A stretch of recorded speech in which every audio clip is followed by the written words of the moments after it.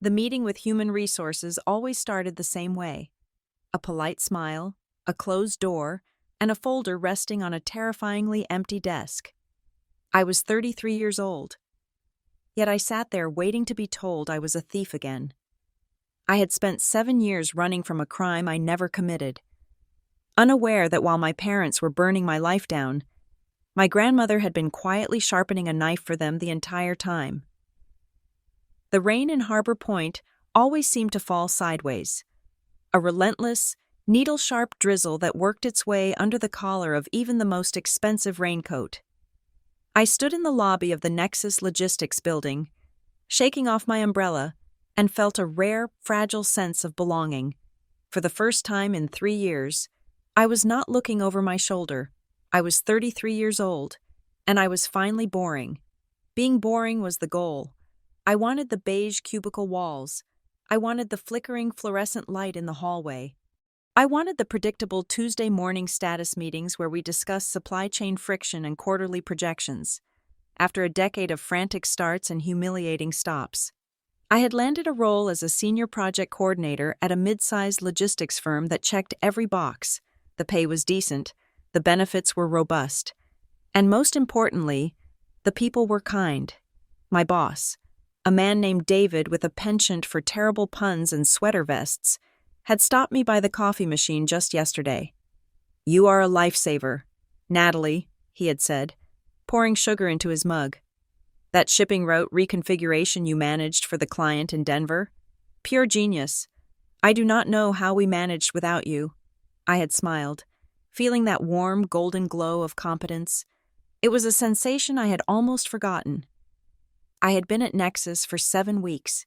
7 weeks was a record for my recent history.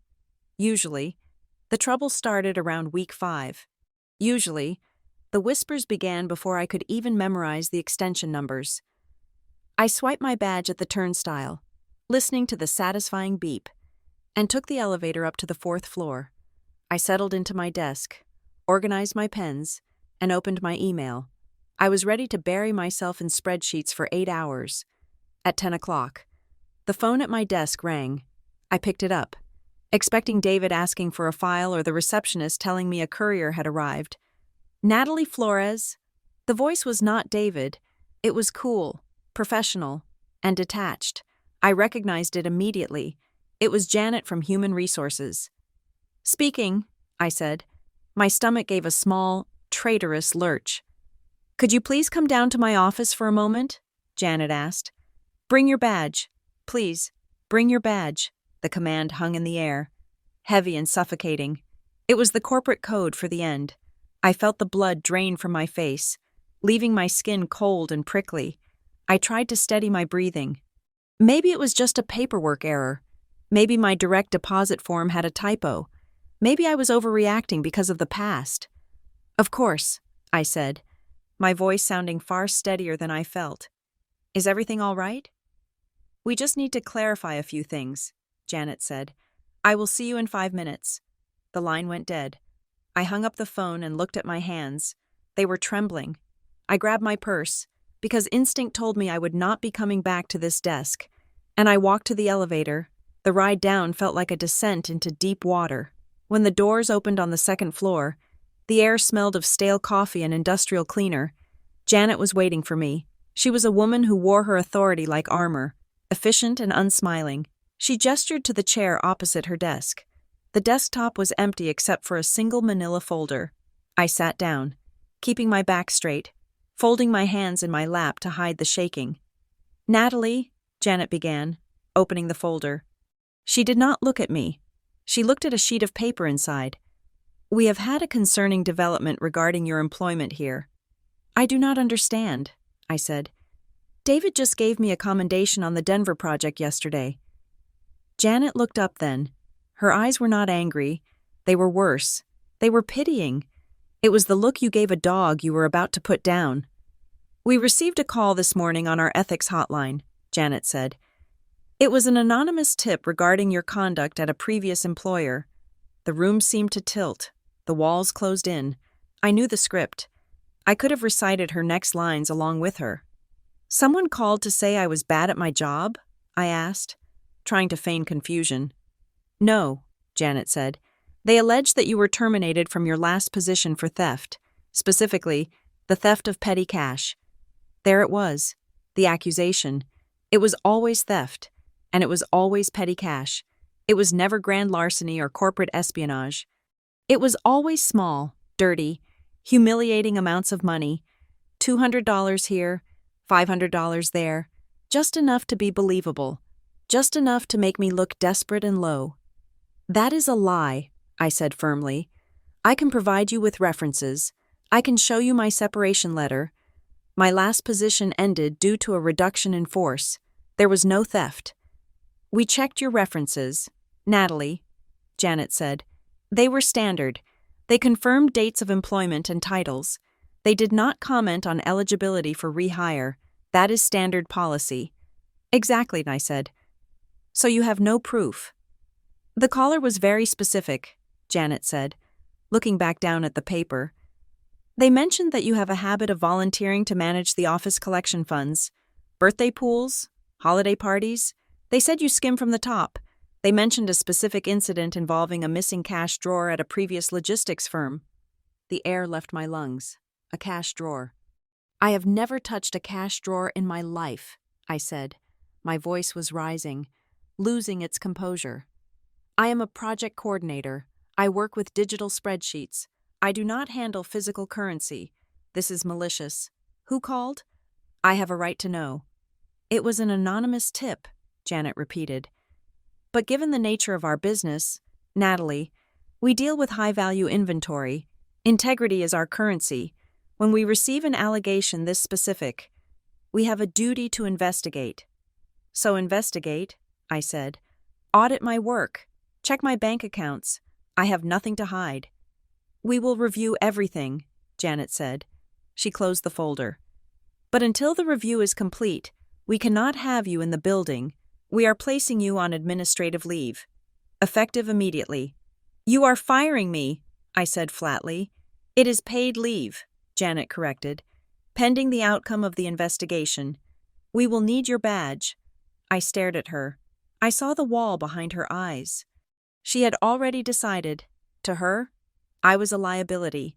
It did not matter if I was innocent. The mere stench of the accusation was enough to make me radioactive. I reached into my purse, unclipped my badge, and placed it on the desk. It made a small plastic click that sounded like a gunshot in the quiet room. You are making a mistake, I said. We will be in touch, Janet said. I walked out of the building into the rain. I did not open my umbrella. I let the water soak into my hair, my blouse, my shoes. I walked to my car, a sensible 4-year-old sedan, and sat in the driver's seat. I did not start the engine. I just sat there, gripping the steering wheel until my knuckles turned white. I was numb. I expected to cry, but the tears did not come. Instead, there was a cold, hollow space in my chest where my hope used to be. This was the 4th time in 2 years. I closed my eyes and let the list run through my mind. First, it was the marketing agency in Seattle. I had lasted 3 months. Then came the accusations that I had used the company credit card for personal fuel purchases. False. Then, the dental clinic. I was the office manager. 6 weeks in. The petty cash box came up $40 short. I was escorted out in front of the patients. Then, the temp agency. I was accused of padding my hours on the timesheet. And now Nexus. The pattern was invisible to everyone but me, to the world. I looked like a mess. A woman who could not hold down a job, a woman with sticky fingers and moral flexibility. But I knew the truth. I was good at what I did. I was honest. I looked at the digital clock on the dashboard. 11 in the morning. I needed to talk to someone. I needed someone to tell me I wasn't crazy. I pulled my phone out of my purse and dialed the one number that should have been a safe harbor. Hello? My mother's voice was crisp, distracted. I could hear the television in the background. Mom, I said. It happened again. There was a pause on the line. The television volume lowered slightly. What happened? Natalie? I just got put on administrative leave, I said. Someone called HR. They told them I stole money. I waited for the outrage. I waited for her to say, "That is terrible, honey," or "We will sue them." Instead, I heard a sigh, a long, weary, irritated sigh. "Oh, Natalie," Marla Flores said. "Not again. I did not do anything." "Mom," I said, the desperation leaking into my voice. "It is just like the last time, and the time before. Someone is doing this to me." "Natalie, listen to yourself." My father's voice joined in. He must have been on the extension or listening on speaker. Dennis Flores had a voice that always sounded like he was explaining a simple concept to a slow child. "You always have a story. It is always a conspiracy." "It is not a conspiracy if it is happening," I said. "I had a glowing review yesterday. Why would I steal from a job I love?" "Compulsion is a tricky thing," my father said. "We have talked about this. You get stressed. You make bad choices, and then your mind rewrites the history to protect you." "I am not stealing," I shouted at the dashboard. "Why won't you believe me?" "Lower your voice," my mother snapped. "Do not make a scene. I hope you did not make a scene at the office. Did you yell at the HR manager?" "No, I did not yell," I said. Feeling the familiar exhaustion settling over me, they were doing it again, twisting the reality until I was the problem. "I just wanted you to know." "Well, now we know," my mother said. "We just want you to get help. Natalie, stop chasing these jobs that are too much for you. Maybe you should look for something simpler. Something with less responsibility." "I have to go," I said. "Do not do anything rash," my father warned. "And do not come over today. We are having the Petersons for bridge, and I cannot deal with your drama right now." "I wasn't planning on it," I said. I hung up. The silence in the car was deafening. They sounded so reasonable. That was the worst part. If I recorded the conversation and played it for a stranger, the stranger would hear two concerned parents dealing with a troubled daughter. They would not hear the coldness. They would not hear the satisfaction in my father's voice when he said I was unstable. I started the car and drove. I didn't want to go home to my empty apartment. I texted Becca. "Emergency coffee?" I got walked out. Becca replied instantly. "Corner cafe, 10 minutes." Becca was the closest thing I had to a sister. We had met in college, and she had stuck by me through the last 3 years of chaos. Even when other friends had quietly drifted away, tired of the drama. She was waiting for me at a back table, a latte already waiting at my spot. She looked at my wet hair and my pale face and shook her head. "Tell me," she said. I told her everything, the meeting, the specific accusations, the call to my parents. "It makes no sense," Becca said, frowning. "Who would even know you were working there? You barely posted about it on social media. You didn't update your LinkedIn." "I don't know," I said, but the caller knew about the cash drawer accusation from the dental clinic. That was never made public. HR at the clinic never filed charges. They just fired me. How would a stranger know that specific detail? Becca stirred her coffee, looking thoughtful. "Maybe it's a background check glitch? Sometimes those databases get mixed up. Maybe someone with your name actually is a thief, and their file is merged with yours?" "HR said it was a call," I said. "A specific tip. People lie," Becca said. "Maybe it wasn't a call. Maybe they ran a check, found a red flag from a database error, and the anonymous tip is just a cover so they don't have to admit they ran a check without permission? Or maybe it's identity theft." "It feels personal, Becca," I said. "It feels like someone is watching me, waiting for me to get comfortable. It's the timing. It's always right after I pass probation." Becca reached across the table and squeezed my hand. "Nat, I love you, but you are under a lot of stress. Paranoia is a normal reaction to trauma, and getting fired 4 times in 2 years is trauma. But a secret saboteur?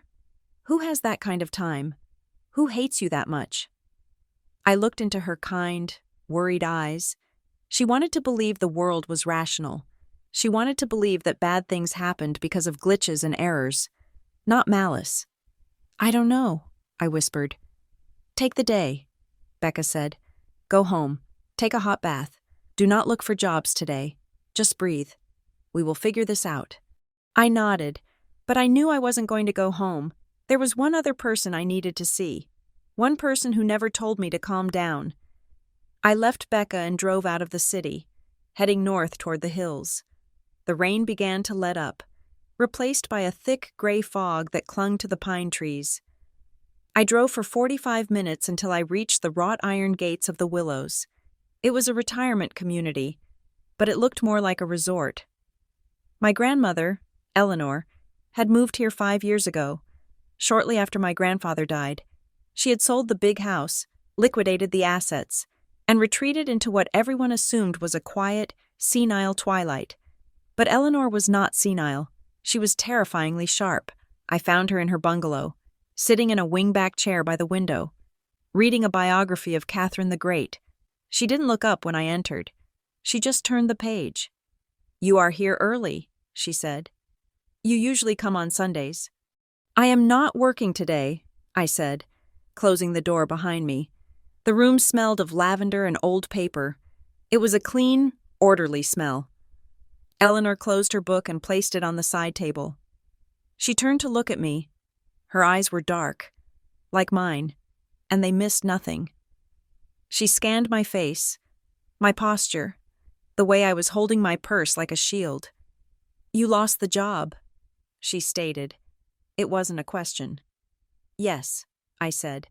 I sat down on the ottoman opposite her. "HR, this morning." "What was the reason?" "Anonymous tip," I said. "Accusation of theft." Eleanor sat very still. She didn't offer a platitude. She didn't offer a cookie. She leaned forward slightly, her gaze intensifying. "Did they use the word cash drawer again?" she asked. The question hit me like a physical blow. I froze. I hadn't told her that detail. I hadn't told anyone that detail, not even Becca, until 20 minutes ago. And I certainly hadn't told Eleanor about the specifics of the dental clinic incident 2 years ago. I had been too ashamed. I had told her I quit because of the hours. "How did you know that?" I whispered. Eleanor didn't answer immediately. She stood up, her movements precise and graceful for a woman of 80. She walked to a small antique writing desk in the corner of the room. She unlocked the top drawer with a key she pulled from her cardigan pocket and took out a small, black moleskin notebook. She walked back to me and held it out. "Read the last entry," she said. I took the notebook. My hands were shaking again. I opened it. The pages were filled with her neat, cramped handwriting, dates, times, observations. I turned to the last written page. The date at the top was from 3 days ago, November 14th. "Natalie has been at the new firm for 7 weeks. Probation period ends this Friday.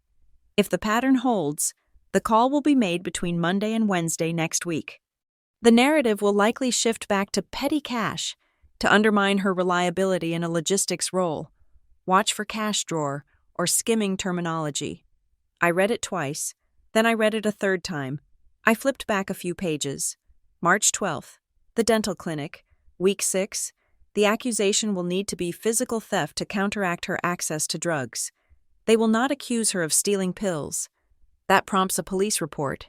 They will accuse her of cash theft. No police report, just termination. I looked up at her, my mouth dry. You knew this was going to happen." "I suspected," Eleanor said. She sat back down. "I have been tracking it for 3 years, ever since the first incident at the marketing firm." "Why didn't you tell me?" I asked, my voice trembling with a mix of relief and fury. "I thought I was going crazy. Grandma, Mom and Dad told me I was imagining it. They told me I was unstable. If I had told you 3 years ago that you were the target of a systematic campaign to destroy your professional reputation, would you have believed me?" Eleanor asked. "Or would you have thought I was a paranoid old woman?" I opened my mouth to argue, then closed it. She was right. I would have thought she was losing her grip. "Who is doing this?" I asked. Is it someone from college? An ex-boyfriend?" Eleanor looked at me with a profound sadness. "Natalie, Look at the data. Who knows exactly when you start a job? Who knows when your probation ends? Who knows the specific vulnerabilities of each position? I don't know, I said. I tell you, I tell Becca, I tell Mom and Dad. The silence stretched between us. It was heavy and cold. No, I said. I shook my head. No, that is insane. Why would my parents get me fired? They are constantly complaining that I am not successful. They hate that I have to borrow money. Control, Eleanor said softly. It is the only currency your mother values. And your father, Dennis, is a weak man who mistakes cruelty for strength. But why? I demanded. What is the point? That is what we are going to find out, Eleanor said. But you need to understand something. Natalie, this is not a string of bad luck. This is a siege. You are not failing. You are being hunted. I looked down at the notebook in my hands. The evidence was there. The dates matched. The details matched. The realization washed over me, not as a shock, but as a sickening confirmation of the feeling I had carried in my gut for years. The feeling that the game was rigged. They did this, I said. They called HR. Today. Likely, Eleanor said. Or they paid someone to do it. Dennis is too cowardly to use his own voice on a recorded line. I am going to call them, I said. Standing up, the anger was finally starting to burn through the numbness. I am going to drive to their house and scream at them until they admit it. Sit down, Eleanor commanded. Her voice was sharp, like the crack of a whip. I stopped. I looked at her. If you go there now, screaming and accusing, you play exactly into the role they have cast for you, Eleanor said. The unstable daughter, the hysteric, the failure looking for someone to blame. They will deny it. They will gasp and clutch their pearls and tell everyone that you have finally snapped, and you will lose, again. So what do? I asked. Just let them destroy my life? No, Eleanor said. We stop them, but we do it my way. We do it quietly. We do it with evidence. She reached out and took the notebook from my hand. I have been preparing for this, she said. I have a plan, a way to prove it and a way to stop it, but it requires discipline. It requires you to swallow your anger and act like everything is normal. Can you do that? I thought about the smirk in Janet's voice. I thought about my mother's sigh. I thought about the 3 years of shame I had carried, thinking I was broken. Yes, I said. Tell me what to do. First, go home, Eleanor said. Do not call your parents again today. If they call you, do not answer. Tomorrow, you will file a police report for harassment against persons unknown. You will start a paper trail. But for tonight, you need to rest. You look like a ghost. That is it? I asked. Go home and sleep? That is the first step, Eleanor said. Trust me, Natalie, the war has just started. I left the willows as the sun was setting, casting long, bruised shadows across the highway. My head was spinning. The world had shifted on its axis. My parents were not just unsupportive. They were the architects of my ruin. The idea was too big to fully process, like trying to swallow a stone.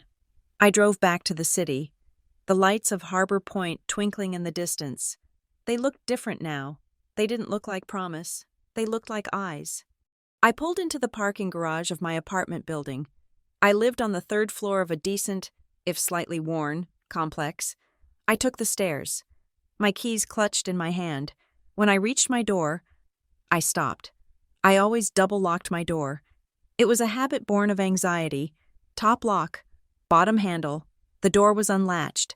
It was open just a fraction of an inch, revealing a sliver of darkness inside. My heart hammered against my ribs. I stood frozen in the hallway, listening. Silence. I pushed the door open slowly with my foot, ready to run. Hello? I called out. The apartment was quiet. The streetlights outside filtered through the blinds, casting stripes of light across the living room. I reached in and flipped the light switch. The apartment was untouched. The TV was where I left it. My laptop was on the coffee table. My purse from yesterday was on the hook. I walked in slowly, checking the bedroom, the bathroom, the closet. No one was there. Nothing seemed to be missing. I walked into the kitchen. On the granite counter, sitting stark white against the dark stone, was a plain business envelope. It was not sealed. I walked over to it. I didn't want to touch it, but I had to know. I picked it up. There was a single index card inside. I pulled it out. There were only 2 words, typed in a standard, sans serif font. Stop digging. I stared at the card. The message was clear. They knew I had gone to Eleanor's. They knew I was asking questions. They had been in my home while I was out learning the truth. My fear spiked, hot and acrid, but then it cooled into something else, something harder. Eleanor was right. I wasn't failing. I was being hunted. But the hunter had made a mistake. They had shown their hand. They thought this note would scare me into submission. They thought I would collapse, call my mother, and beg for forgiveness. I looked at the note again. Stop digging. I put the card back in the envelope. I walked over to the door and locked it. Both locks. Then I wedged a chair under the handle. I wasn't going to stop. I was just getting started. The police officer standing in my kitchen looked like he wanted to be anywhere else. He was young, with a jawline that suggested he spent more time in a gym than in law school.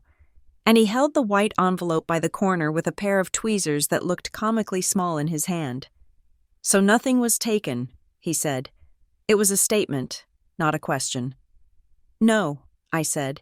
I stood by the refrigerator, my arms crossed tight against my chest.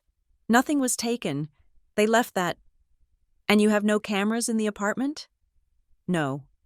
And no signs of forced entry? He looked at the front door, where the lock was currently engaged. You said the door was ajar. It was, I said.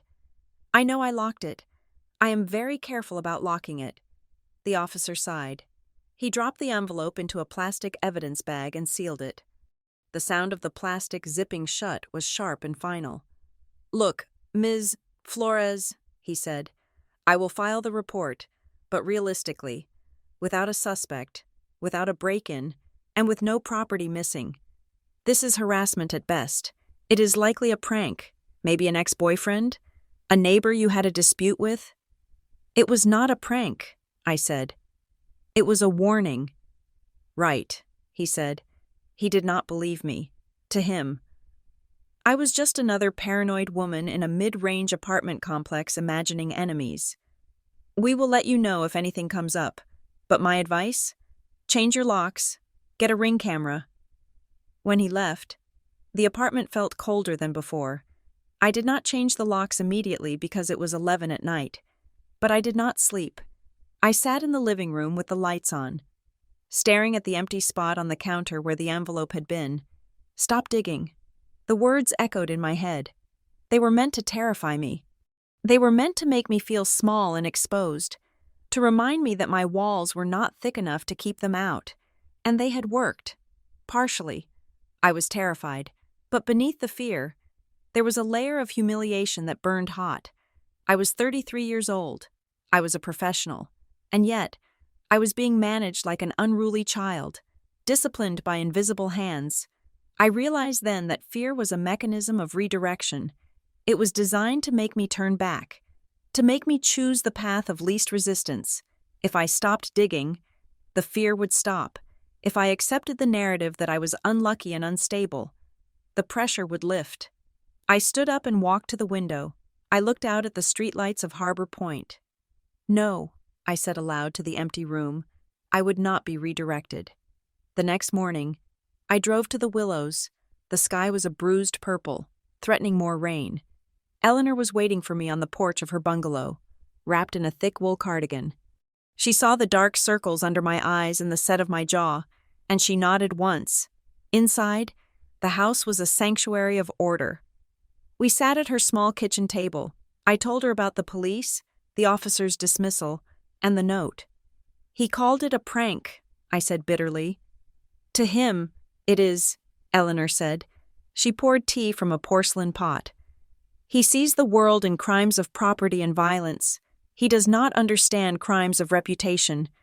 They are harder to see, and the wounds bleed on the inside. She reached into her tote bag and pulled out a thick manila envelope. It was sealed with heavy packing tape. On the front, written in her steady hand, was a date, March 15th, 2026. That was 6 weeks from now. "What is this?" I asked. "This is the endgame," Eleanor said.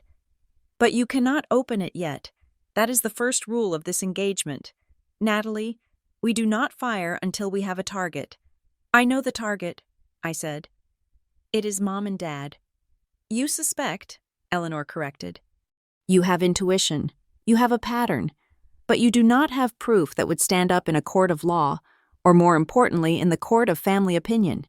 If you accuse them now, they will destroy you. They will say you are having a breakdown. They will use your anger as evidence of your instability." I looked at the sealed packet. It felt heavy in my hand. "So what do I do?" "You verify," Eleanor said. "You build a wall of facts so high that they cannot climb over it. You follow the verification plan." She slid a single sheet of paper across the table. It was a checklist. 1. Confirm the source of the nexus allegation. 2. Secure legal representation. 3. Audit the official channels. 4. The trap. "This is not a game, Grandma," I said quietly. "I know," Eleanor said. Her eyes were hard. "I have never been more serious. Keep the packet. Do not open it until I tell you. Now, go do the work." I left the Willows with a sense of purpose that I had not felt in years. The numbness was gone, replaced by a cold, calculating drive. My first stop was my phone. I sat in my car and dialed Janet, the HR manager at Nexus.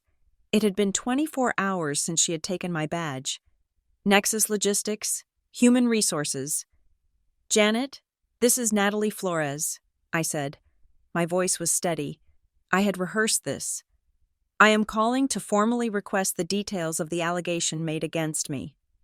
There was a pause. I could hear her typing. "Natalie," Janet said, her tone guarded. "As I told you, the investigation is ongoing. We cannot share the identity of the caller." "I am not asking for the identity," I said. "I am asking for the substance. You mentioned theft. I need to know the specific claims so I can provide the appropriate exonerating evidence. If I am accused of taking cash, I can show you my bank records. I can show you I have no need for petty cash." "It is not just about need," Janet said. She sounded annoyed, like I was interrupting her real work. The caller was very persuasive. They expressed a deep concern for our operations.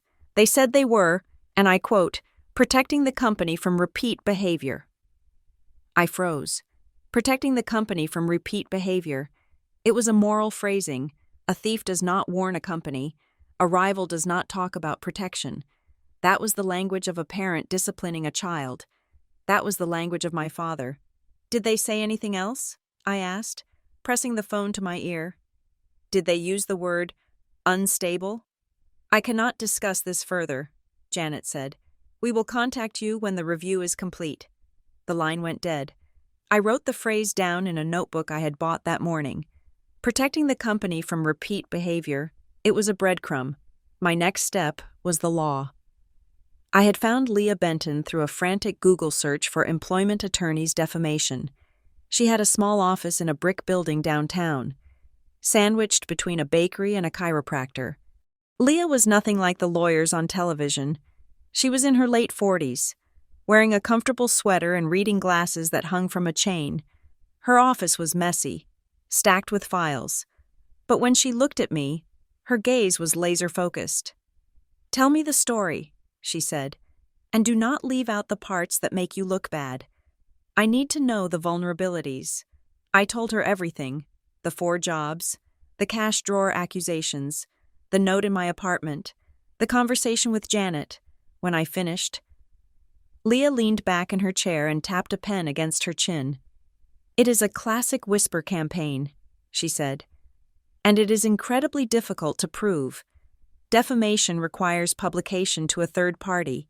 A phone call is publication.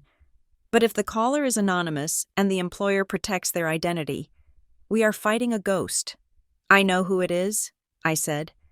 Your parents, Leah said.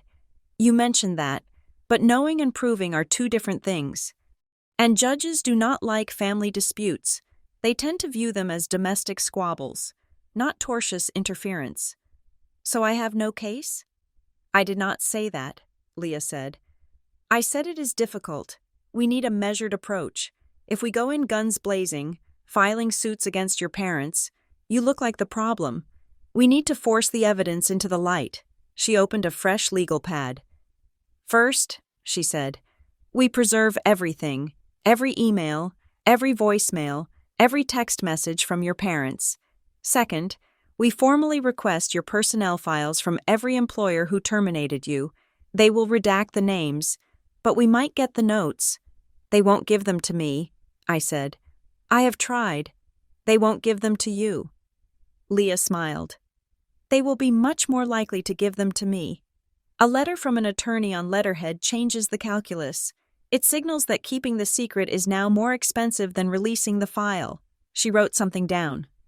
Third, she continued, we need to rule out the legitimate channels. We need to pull your reports from the major background check vendors, the work number, hire, right, checker. We need to see if there is an official black mark on your record. I did not think of that, I said. If the record is clean, Leah said, and you are still losing jobs, then we have proof that the interference is active. It is not a database error. It is a person picking up a phone. I hired her on the spot. I wrote a check for the retainer that took a significant chunk out of my savings. But for the first time, I felt like I was buying armor. The following week was a lesson in patience. I spent my days in my apartment, treating the investigation like a job. I requested my reports from the background check companies Leah had listed. 3 days later, the report from the largest vendor arrived in my inbox. I opened the PDF with trembling fingers. It was clean. No reportable adverse information found. My employment dates were correct. My titles were correct. There were no criminal records, no civil judgments, no flags for theft or fraud. I sat back in my chair. This was crucial. If an employer ran a standard background check, I came up clean. That meant the sabotage was happening outside the system. It meant someone was calling the hiring managers directly, bypassing the legal screening process. It required effort. It required tracking where I applied. That led me to the fourth item on Eleanor's list, the trap. I needed to know how they knew. Was I being followed? Was my phone tapped? Or was I just leaking information to the wrong people? I decided to run a controlled experiment. Eleanor had called it a verification plan, but it felt more like setting a snare. I updated my LinkedIn profile. I did not make it public.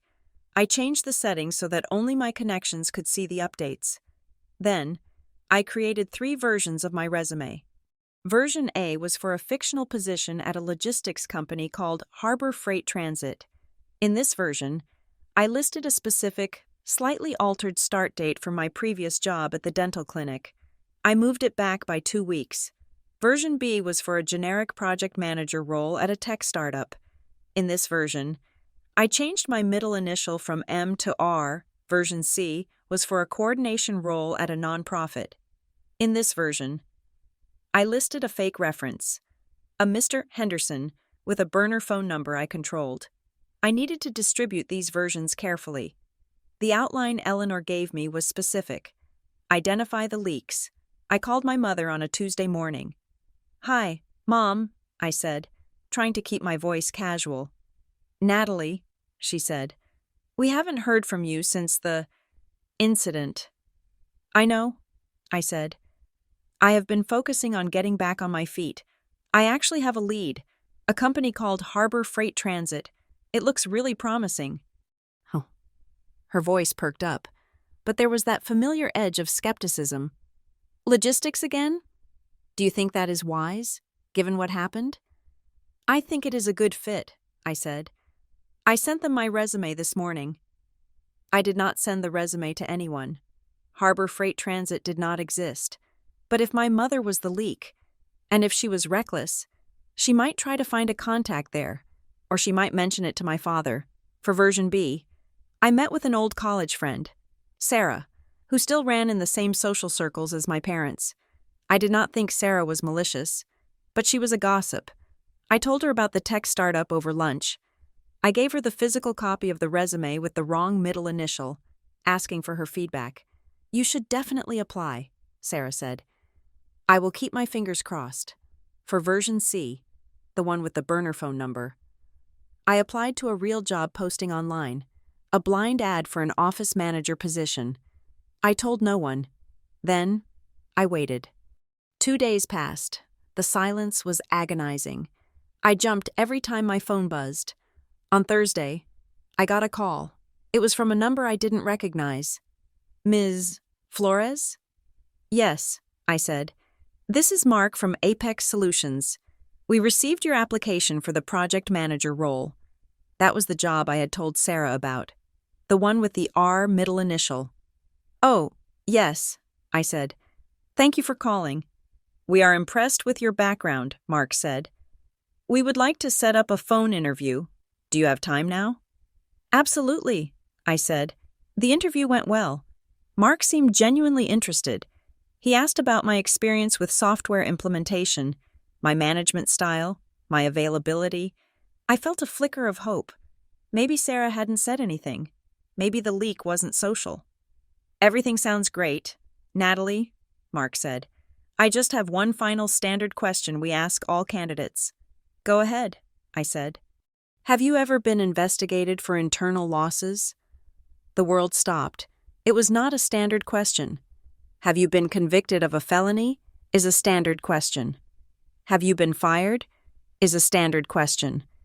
Investigated for internal losses is a specific, razor-sharp phrase designed to trigger a confession or a panic response. "Internal losses?" I repeated, keeping my voice neutral. "Yes," Mark said.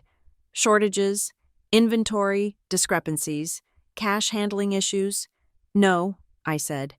"I have never been investigated for any such thing." "Okay," Mark said. The warmth was gone from his voice. "Well, thank you for your time. We have a few other candidates to get through, but we will be in touch." He wouldn't be in touch.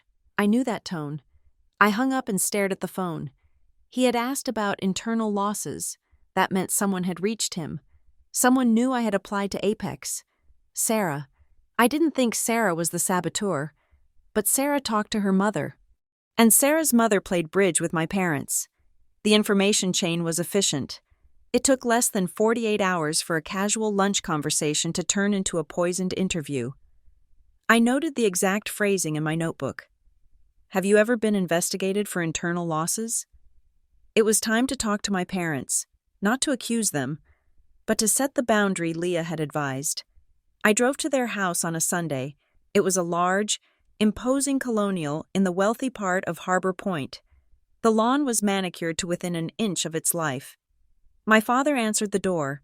Dennis Flores was a tall man who had aged into a sort of soft, heavy dignity. He wore a golf shirt and held a Scotch glass, though it was only 2 in the afternoon. "Natalie," he said, not stepping back to let me in. "We weren't expecting you." "I need to speak to both of you," I said. "Briefly." He sighed and stepped aside. I walked into the living room. My mother was arranging flowers in a crystal vase. She looked up, her expression tightening. "We are not doing a drama today, Natalie," she said. "I have a headache." "No drama," I said. I remained standing. "I just wanted to update you on my situation." "Did you get a job?" my father asked, taking a sip of his drink. "No," I said. "I got a lawyer." The room went very quiet. My mother stopped adjusting a hydrangea. My father lowered his glass. "Excuse me?" Marla said. "I have retained counsel," I said, reciting the words Leah and I had practiced. "Regarding the defamation of character and tortious interference with my employment, we are currently gathering evidence to identify the individual responsible for the false reports made to my previous employers." My father laughed. It was a dry, nervous sound. "A lawyer? With what money?" You came to us asking for rent assistance 3 months ago. I made it work, I said. I just wanted you to know. My attorney advised me to inform my immediate family that any future inquiries about my employment should be directed to her office. I want a written statement from both of you confirming that you have never contacted my employers. This is ridiculous, my mother said. She wiped her hands on a towel and walked toward me. You are paranoid. You lose a job because you are incompetent or because you have issues. And you hire a lawyer to sue phantom enemies? I did not say I was suing you, I said calmly. I asked for a statement confirming you haven't contacted them. If you haven't, it should be easy to sign. We will sign nothing, my father snapped. I will not participate in your delusions. You always need someone else to blame, my mother said. She looked at me with a mix of pity and disgust. It is never your fault, is it, Natalie? It is always a conspiracy. Maybe if you spent less time plotting legal action and more time fixing your character, you would hold down a job. My character is fine, I said. It is my reputation that is being murdered. Murdered, she scoffed. You sound hysterical. I looked at them, really looked at them. They weren't scared. They were annoyed. They felt untouchable. They believed their own narrative so deeply that my resistance just looked like more instability. I am going, I said. My lawyer will be in touch regarding the statement. I walked out. My legs were shaking, but I didn't slam the door. I closed it gently. I went straight to Eleanor's. I needed to decompress. Eleanor listened to the recount of the confrontation while she knitted. They refused to sign, I said. Mom laughed at me. Of course she did, Eleanor said. Marla uses laughter as a weapon. It minimizes you. It makes your serious concerns look like childish tantrums. She said, I always need someone to blame. Eleanor stopped knitting. She looked out the window at the gray sky. Your mother has always had a complicated relationship with control, Eleanor said quietly. Did you know that 10 years ago, she tried to have me declared incompetent? I stared at her. What? It was after your grandfather died, Eleanor said. The estate was complex. Marla brought a lawyer to this house. She had a document drawn up giving her emergency control over family matters, including my finances and medical decisions. She said it was for my protection. She said I was too old to manage the burden. I never knew that, I said. I refused, Eleanor said. I threw them out. I told Marla that as long as I could hold a pen, she would never control a penny of my money. Her tone changed that day. She stopped being a daughter and started being a manager. She looks at family members as assets or liabilities. And if you are a liability, you must be controlled. So that is what this is, I said. She thinks I am a liability. She thinks you are a reflection of her, Eleanor said. And if you are imperfect, she is imperfect, so she corrects you, violently. It made sense. It was twisted. Sick logic. But it was logic. My phone chimed in my purse. I pulled it out. It was a notification from my personal email. Subject, FWD. Confidential Incident Summary, N. Flores. I frowned. The sender was system admin, but the address was a string of random characters. I opened the email. There was no body text, just an attachment, a PDF. I clicked on it. It was a document titled Confidential Incident Summary. It looked official. It had headers and bullet points. Subject, Natalie Flores. Incident date, November 2024. Summary. Employee was observed engaging in irregular cash handling procedures. While no direct theft was captured on video, the pattern of shortages in the petty cash fund coincided with her shift supervision. Employee demonstrates a lack of fiscal boundaries and should be considered a high risk for roles involving financial access. I read the text. My breath caught in my throat. Fiscal boundaries, irregular cash handling. I looked at Eleanor. What is it? She asked. Someone sent HR this document, I said, holding up the phone. An IT person at Nexus Must have forwarded it to me secretly. Look at the language. Eleanor put on her reading glasses and took the phone. She read the PDF in silence. Fiscal boundaries, she whispered. Dad, I said. Dad always talks about boundaries. He told me last year I had poor fiscal boundaries when I bought a new car. And irregular, Eleanor noted. Your mother calls everything she dislikes irregular. This is them, I said. They wrote this. They typed it up, made it look like a corporate report, and emailed it to Nexus. It is a forgery, Eleanor said, and a clumsy one, but effective. Why did I get this? I asked. Who sent it to me? Someone with a conscience, Eleanor said, or someone who knows a fake when they see one. I looked at the document again. It was the smoking gun. It wasn't just a phone call. It was a fabricated record. They were manufacturing a history for me, document by document. This changes things, I said. This is fraud? This is libel in writing? Yes, Eleanor said. She handed the phone back to me. Now you have your target. Now we can open the packet. Not yet, I said. I remembered the interviewer's voice. Have you ever been investigated for internal losses? I need one more thing, I said. I need to know who helped them. They didn't send this email from their home computer. They are too careful. Someone helped them hide the tracks. I looked at the header of the email again, the timestamp, the routing information. I need to find the leak, I said. Eleanor smiled. It was a small, fierce smile. Good, she said. You are thinking like a hunter. I put the phone away. The fear was gone. The humiliation was gone. All that was left was the cold, hard need to win. I was going to catch them, and I was going to make them pay for every single word. The conference room in Leah Benton's office smelled of lemon polish and old paper. Outside, the rain was hammering against the window pane, a relentless gray curtain that had not lifted from Harbor Point in 3 days. I sat at the mahogany table, my hands wrapped around a paper cup of lukewarm coffee, watching Leah sort through a stack of documents. We were 2 weeks into the offensive. It had been a slow, grinding process.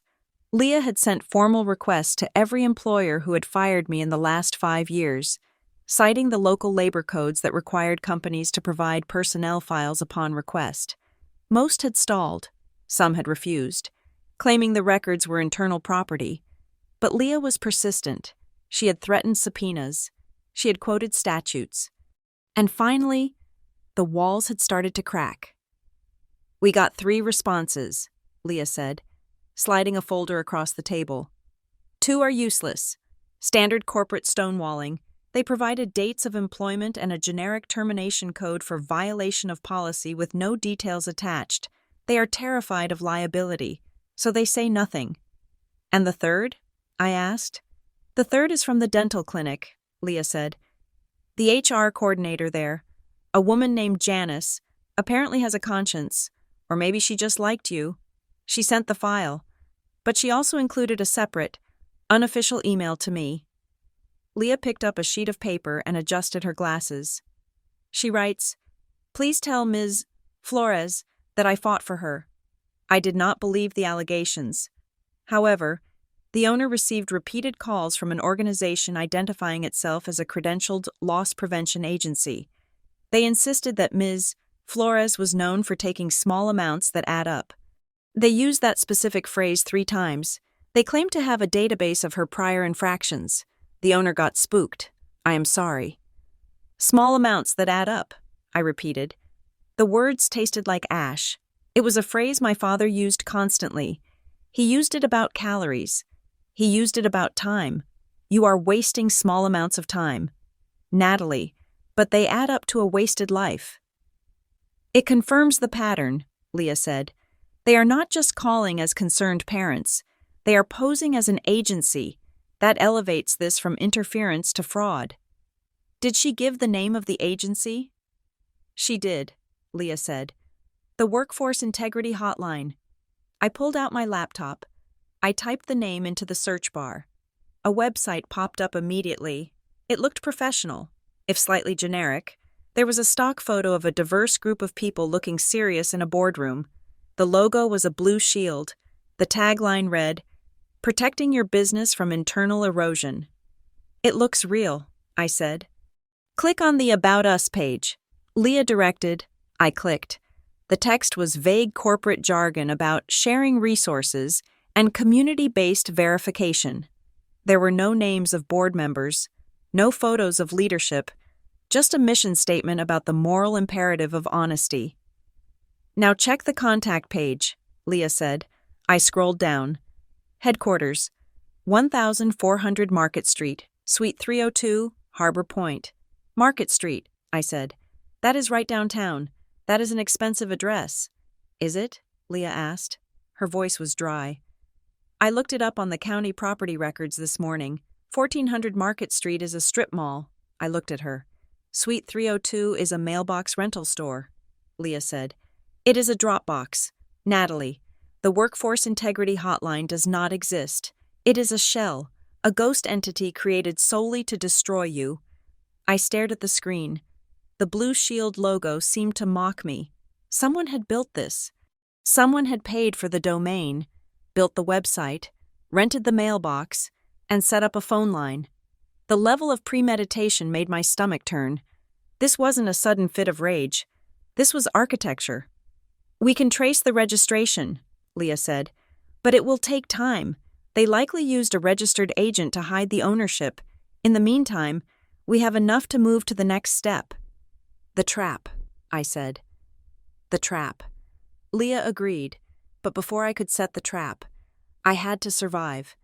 I left Leah's office and drove to my afternoon shift.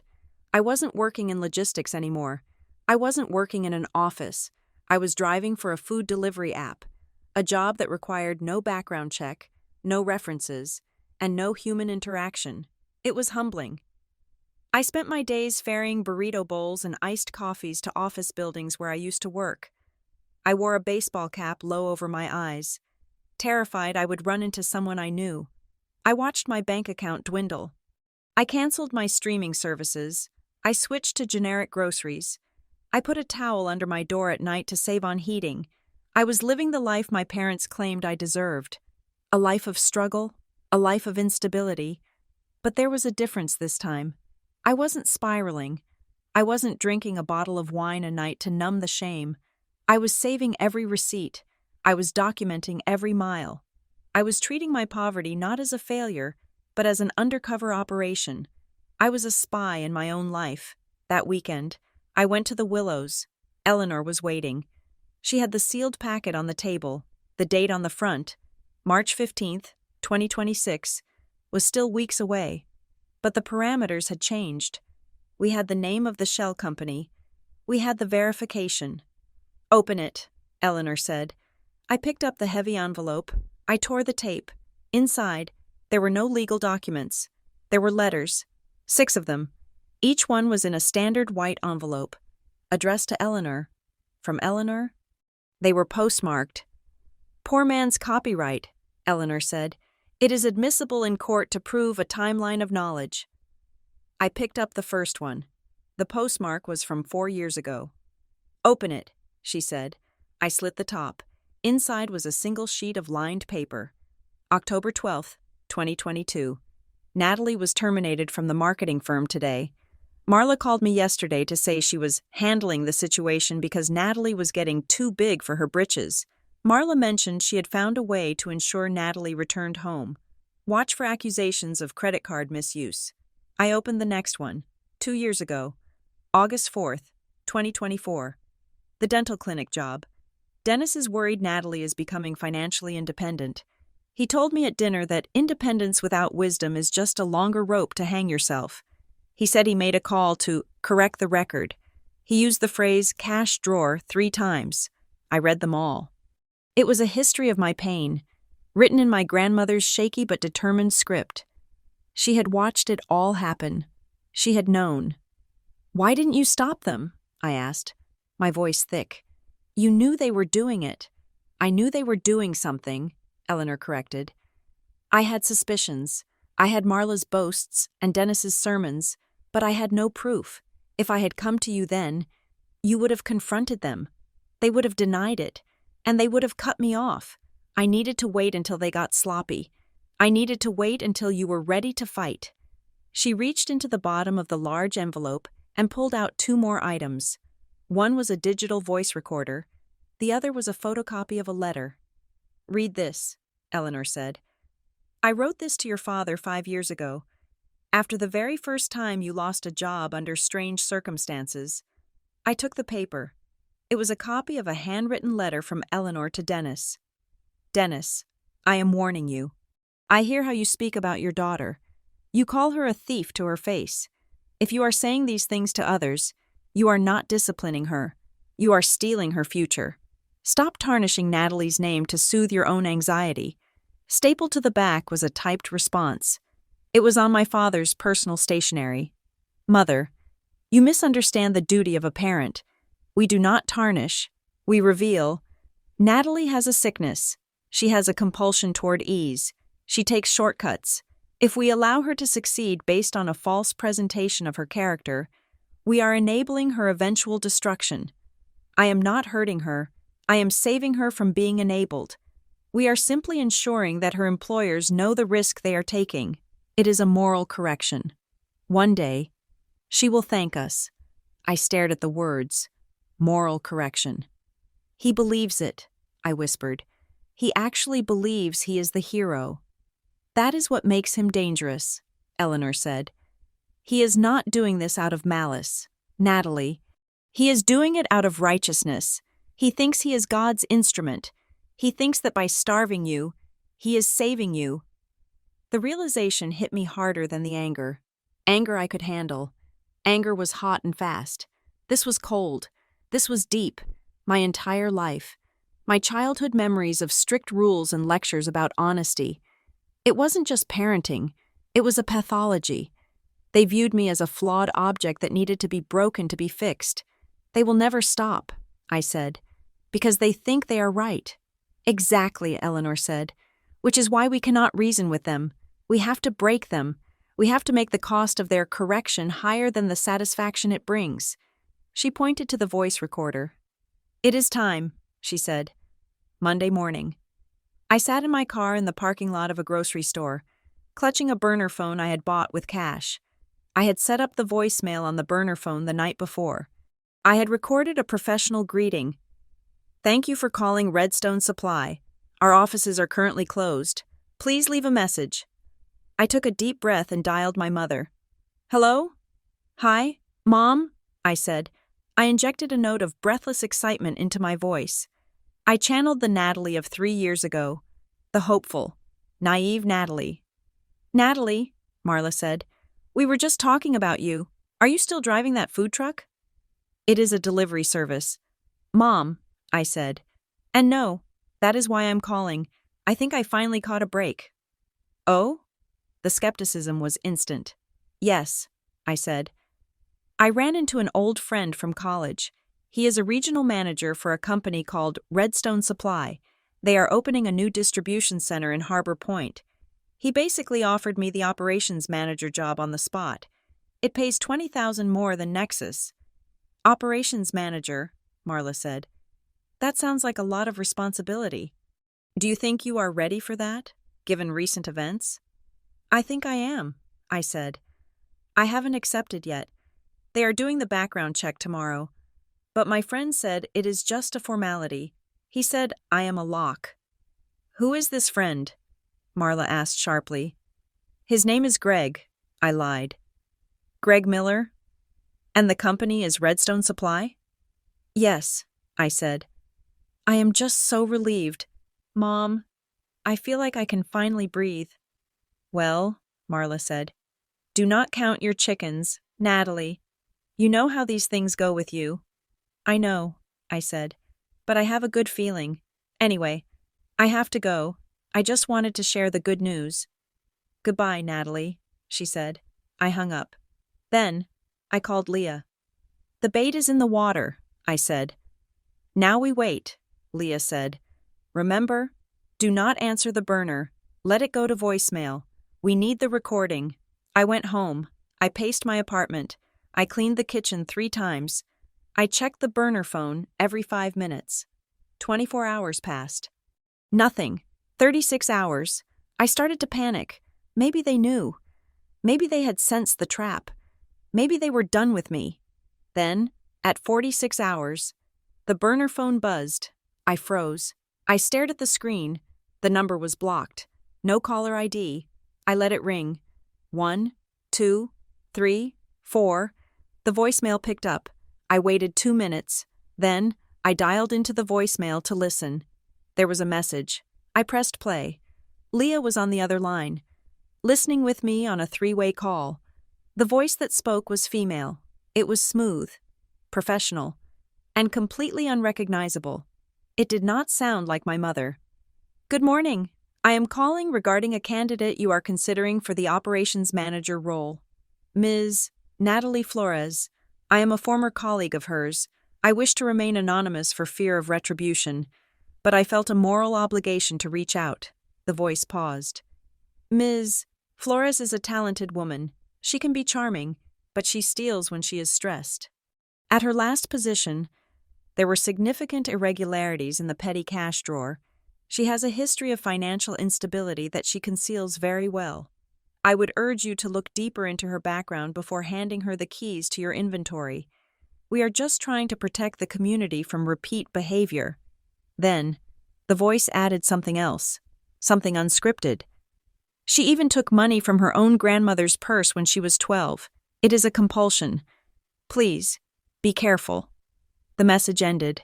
I sat on my couch, the phone pressed to my ear, tears streaming down my face. "Did you get it?" I whispered to Leah. "I got it," Leah said. Her voice was grim. "Crystal clear." "That wasn't my mother," I said. "That wasn't her voice." "It was a voice changer," Leah said, "or a professional service. But the content? Natalie, that detail about the grandmother's purse, did that happen?" "Yes," I said, wiping my eyes. "I was 12. I took $20 to buy a video game. I got caught. I returned it. Only my parents and Eleanor know about that. I never told a soul." "That is the seal," Leah said. "That proves the source. No third-party agency would know a childhood anecdote like that unless the family provided it. We have them." "What now?" I asked. "Now," Leah said, "we fire back." The next day, I was back in Leah's office. The mood had changed. We weren't hunting anymore. We were armed. Leah drafted the cease and desist letters. They were brutal pieces of legal writing. The first was addressed to the Workforce Integrity Hotline at the mailbox store. It demanded the immediate preservation of all records, call logs, and client lists, warning of an impending lawsuit for defamation, tortious interference, and fraud. The second and third letters were addressed to Dennis and Marla Flores. "Dear Mr. and Mrs. Flores, we represent your daughter, Natalie Flores. We are in possession of recorded evidence linking you to a fraudulent campaign of defamation designed to destroy her professional livelihood. We have audio recordings containing specific, non-public family information used to solicit adverse employment actions via a shell organization known as the Workforce Integrity Hotline. You will cease and desist all communications with any past, present, or future employers of Ms. Flores. You will preserve all records. If you attempt to contact her, or if any further anonymous tips occur, we will file an immediate civil complaint in the Superior Court of Harbor Point, seeking damages in excess of $2 million. I signed the retainer for the litigation. My hand was steady. "We send these by courier," Leah said. "Signature required. We want them to know we know." "Do you think they will stop?" I asked. "Fear is a powerful motivator," Leah said. "And we just showed them a gun." She picked up the file on the Shell nonprofit. "There is one more thing," Leah said. "I kept digging into the Workforce Integrity Hotline. I wanted to find the person who actually registered the LLC. The registered agent hid the owner, but the formation documents listed an organizer, the person who physically filed the paperwork at the Secretary of State's office. Who was it? Does the name Brenda Higgins mean anything to you?" I frowned. The name triggered a vague, dusty memory. I closed my eyes, reaching back into my childhood. Brenda, I said. Brenda. She was Eleanor's caregiver. Years ago, before Eleanor moved to the Willows, she lived in the house with her. Why did she leave? Leah asked. I don't remember exactly, I said. I think there was a fight. My mother fired her. I remember a lot of yelling. Brenda left in a hurry. I haven't seen her in 10 years. Well, Leah said, turning the computer screen toward me. Brenda Higgins is listed as the organizer of the Workforce Integrity Hotline. She set up the shell company that is destroying your life. I stared at the name. Why? I asked. Why would my grandmother's old nurse help my parents destroy me? She hated my mother. She screamed at her on the way out. That, Leah said, is a very good question. Maybe she isn't helping them, I said slowly. Maybe they are paying her, or maybe... I trailed off. A cold thought settled in my mind. Eleanor had said there was a third party. She had said someone outside the family helped create the accusation. Leah, I said, if Brenda set up the company, she has the records. She knows everything. Yes, Leah said. And unlike your parents, she isn't family. We can squeeze her. Find her, I said. Find her address. I already have it, Leah said. She works at an assisted living facility in the next county. I stood up. I am going to pay Brenda a visit, I said. Not alone, Leah warned. And not to accuse. We need her to turn. We need her to be the witness that sinks your parents. I won't accuse, I said. I picked up my purse. I felt a strange calm. The invisible hand that had been hitting me for years finally had a fingerprint. I just want to ask her how much my parents are paying her to ruin my life. I walked out into the rain. The letters to my parents were in the courier pile, ready to go. The bomb was lit, but before it exploded, I needed to know why a woman who had once made me cocoa was now the architect of my destruction. I got in my car and set the GPS for the address Leah gave me. It was an hour away. I drove fast. The drive to Cedar Creek Assisted Living took an hour, winding through the sprawling of flat suburbs that bordered the county line. The facility was nicer than the one Eleanor lived in, but it lacked the warmth. It was all beige stucco and manicured hedges that looked like they were made of plastic. I sat in my car for 10 minutes, watching the staff shift change. I was looking for Brenda Higgins. I remembered Brenda as a whirlwind of a woman, loud and cheerful, with a laugh that could crack a window. She had taken care of Eleanor for 3 years before the big fight. I had been 22 then, just out of college, and I remembered liking her because she was the only person who stood up to my mother. But Leah's research showed a different side of Brenda. She had financial troubles, a bankruptcy filing 6 years ago, a lien on a car. Desperate people make dangerous compromises. I saw her walk out of the side entrance, lighting a cigarette with a quick, practiced motion. She looked older, harder. Her hair was dyed a harsh shade of burgundy, and she wore scrubs printed with cartoon bears. I got out of the car and approached her. I kept my hands visible, my posture open. I did not want to spook her. Brenda, I called out softly. She spun around, the cigarette wobbling in her lips. Her eyes narrowed. She took a drag, squinting through the smoke. Natalie? She asked. Her voice was raspier than I remembered. Natalie Flores? Hi, Brenda, I said. It has been a long time. She dropped the cigarette and stepped on it. But she did not smile. She looked at the car behind me, then back at my face. She was doing the math. She knew why I was here. I am on my break, she said. I only have 15 minutes. I do not need long, I said. I just want to ask you about the Workforce Integrity Hotline. Her face went pale beneath the heavy foundation. She looked toward the sliding glass doors of the facility, as if measuring the distance to safety. I do not know what that is, she said. Brenda, please, I said. I kept my voice low, stripping away any accusation. I am not here to cause you trouble. I know you organize the LLC. My lawyer pulled the filing documents from the Secretary of State. Your name is on them. She crossed her arms, hugging herself against the chill. So, it is a free country. I can file paperwork. You filed paperwork for a shell company that has been calling my employers and telling them I am a thief, I said. You set up the phone line that cost me 4 jobs. You helped my parents destroy my livelihood. I did not make the calls, she snapped. I never made a single call. But you set it up, I said. Why? You hated my mother. I remember the day you quit. You told her she was a soul-sucking harpy. Brenda let out a short, bitter sound that wasn't quite a laugh. She is, but she pays well. They paid you? I was behind on my mortgage, Brenda said. She looked down at her shoes. Your father called me. He said they needed a favor. He said they were worried about you. He said you were struggling, that you were getting into trouble with money and they needed a way to keep tabs on you, to keep you in check.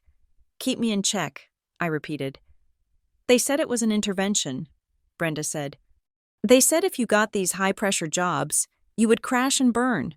They wanted to create a system to steer you towards smaller things, safer things. They paid me $2,000 to file the papers and rent the mailbox. They said it was for your own good. And the script? I asked. The stuff about me stealing from grandmothers? I did not write that, Brenda said. They hired a firm for that. I just set up the shell. What firm? I asked. Brenda hesitated. She looked at me, and for a moment, the hardness in her eyes softened. She saw the exhaustion in my face. She saw the toll. I did not know they were going to get you fired. Natalie, she said. I thought they were just going to scare you, make you come home. What firm? Brenda? I asked again. Guardian Reputation Management, she said. They are in the city. Your father said they specialize in risk prevention, but they are dirty. They gave me the binder with the instructions on how to set up the hotline. Thank you, I said. Tell your lawyer I have nothing, Brenda said as she turned back to the building. I spent the 2,000 years ago. You can sue me, but you cannot get blood from a stone. I am not going to sue you, Brenda, I said. I just needed the truth. I drove back to the city with the name Guardian Reputation Management burning in my mind. Leah looked them up while I sat in her office. It was a slick operation. Their website marketed them to high-net-worth families and small businesses. They used buzzwords like narrative control and preemptive risk mitigation. Here is how they work, Leah said, scrolling through a legal analysis of similar firms on a database. They exploit the gray areas of defamation law. They do not publish libelous articles. They make informational calls. They frame everything as a concerned inquiry or a verification of data, if they say, "We heard a rumor she steals." That is technically hearsay, not a statement of fact. It is hard to prosecute. So my parents hired a professional hit squad for my reputation, I said. Yes, Leah said. And they used Brenda as the cutout so the payments wouldn't be traced directly to them. It is sophisticated. Natalie, your father put a lot of thought into this. My phone rang. It was Janet from Nexus. I looked at Leah. She nodded. I put it on speaker. Natalie, Janet said. Her voice was tired. I am calling to update you on the investigation. Go ahead, I said. We have concluded our review, Janet said. While we have not found definitive proof of theft at Nexus, the noise surrounding your employment has become a distraction. The allegations from the hotline, regardless of their veracity, create a liability concern for our insurers. So you are firing me, I said. We are terminating your employment without cause, Janet said. Effective immediately. I felt the familiar punch to the gut. But this time, I was wearing armor. Janet, Leah stepped in, her voice slicing through the air like a scalpel. This is Leah Benton, legal counsel for Ms. Flores, since you are terminating without cause, and since you have admitted there is no proof of theft, we will require a separation agreement that reflects those facts. We are prepared to offer 2 weeks of severance, Janet said, sounding defensive. We will require 6 weeks, Leah countered smoothly. And we will require a written letter of reference stating that Ms. Flores is eligible for rehire and that no internal investigation found any evidence of financial misconduct. We also want a copy of the final investigation report for her files. I cannot authorize 6 weeks, Janet said. Then we can discuss the wrongful termination suit based on reliance on a fraudulent hotline. Leah said, We are currently preparing litigation against the source of that tip. Nexus really does not want to be deposed as part of that discovery process, do they? There was a long silence. I will have the agreement drawn up, Janet said. 6 weeks. And the letter. The call ended. Leah looked at me and smiled. That is a win. Natalie, you have the letter. That is your shield for the next job. I still lost the job, I said. I felt hollow. They still won. I am unemployed again. No, Leah said. They won a skirmish. You are winning the war. You have the money from the settlement to keep you afloat for 2 months. And now, we turn the cannon on your parents. I left the office and went straight to the Willows. I needed Eleanor. I found her in the garden, wrapped in a shawl, deadheading roses. I sat on the stone bench and put my head in my hands. I felt dirty. I felt ashamed. They hired a firm. Grandma, I said into my palms. A reputation management firm. They paid strangers to learn my history and twist it. They spent money to hurt me. Eleanor sat down beside me. She put a hand on my back. It was light, like a bird settling on a branch. I feel like I must be a monster, I whispered. Parents do not do this to children they love. They must hate me. There must be something wrong with me that makes them hate me this much. Stop, Eleanor said. She grabbed my chin and turned my face toward her. Her eyes were fierce. This is not about you, Natalie. It never was. You are just the screen they project their sickness onto. But why? I asked. Why go to these lengths? Because you left, Eleanor said. You tried to be independent. You tried to succeed without them, and to a narcissist. Independence is an insult. It is a rejection. If you succeed, you prove they are unnecessary, so they have to break your legs to keep you in their house. It feels like I'm fighting a hydra, I said. Every time I cut off a head, another one appears. Brenda, the agency, Nexus. You are not fighting a hydra, Eleanor said. You are fighting a pattern, and patterns are fragile. They rely on repetition. Once you interrupt the cycle, the whole thing collapses. She paused, looking out at the gray horizon. There is something else, she said. Something I remembered last night after you told me about Brenda and the money. What? Money, Eleanor said. It always comes back to money with Dennis. He told Brenda he was doing it to keep you in check financially. He told me years ago he was saving you from your own temptations. He thinks I am bad with money, I said. Even though I am not. Dennis projects, Eleanor said. He accuses others of the sins he is committing. Natalie, do you remember your grandfather's safe deposit box? The one at the First National Bank? I asked. I thought Dad closed it when Grandpa died. He told everyone he closed it, Eleanor said. He told me there was nothing in it but old birth certificates. But your grandfather was a meticulous man. He kept estate papers, bonds, and the original deed to the lake house. The lake house was sold 10 years ago, I said. To pay for your care. Was it? Eleanor asked. Her eyes glittered. Or was that just what Dennis told us? I stared at her. You think he stole from the estate? I think your grandfather left you something, Eleanor said. I think he left you a trust, a small one, maybe, but something to help you start your life, and I think Dennis never told you about it. If he stole a trust, I said, the pieces clicking together in my mind, then he needs me to be unreliable. He needs me to be a financial risk, because if I am a known thief, if I am unstable, then no one will believe me if I ever ask questions about the inheritance. Exactly, Eleanor said. The defamation is not just punishment, it is camouflage. I felt a cold clarity wash over me. The anger that had been churning in my stomach settled into a hard, crystalline block of ice. This wasn't just emotional abuse, this was a cover-up. "How do we find out?" I asked. "You are an heir," Eleanor said. "Under the state laws, you are entitled to a full accounting of the estate administration if you suspect mismanagement. We petition the court to reopen the file." I called Leah from the garden. "File it," I said.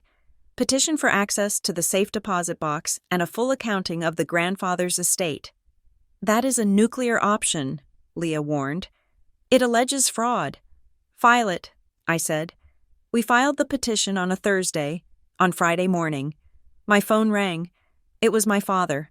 I let it go to voicemail, adhering to the protocol. But he called back immediately. Then my mother called. Then the house phone rang. Finally, a text message popped up from Dennis. "Natalie, please pick up. We received a disturbing letter from a court. We need to talk, not through lawyers." As a family, I waited an hour. Then I texted back. "I am available to meet at 7 p.m. tonight. I will come to the house. I wanted to see their faces. I wanted to see the panic." I arrived at my parents' house at 6:55 p.m. The house was blazing with light, every window illuminated, as if they were trying to ward off the darkness closing in on them. My mother opened the door. She was wearing a silk blouse and pearls, her armor of choice. She looked brittle. "Natalie," she said. She didn't hug me. She stepped back. "Come in. Your father is in the dining room." The table was set, not with the everyday plates, but with the good china. There was a roast chicken in the center. It was a grotesque pantomime of a happy family dinner. Dennis stood up when I entered. He looked older. His face was flushed, his eyes darting around the room. "Sit down, Natalie," he said. He gestured to my usual chair. "Wine?" "No," I said. "I am recording this conversation."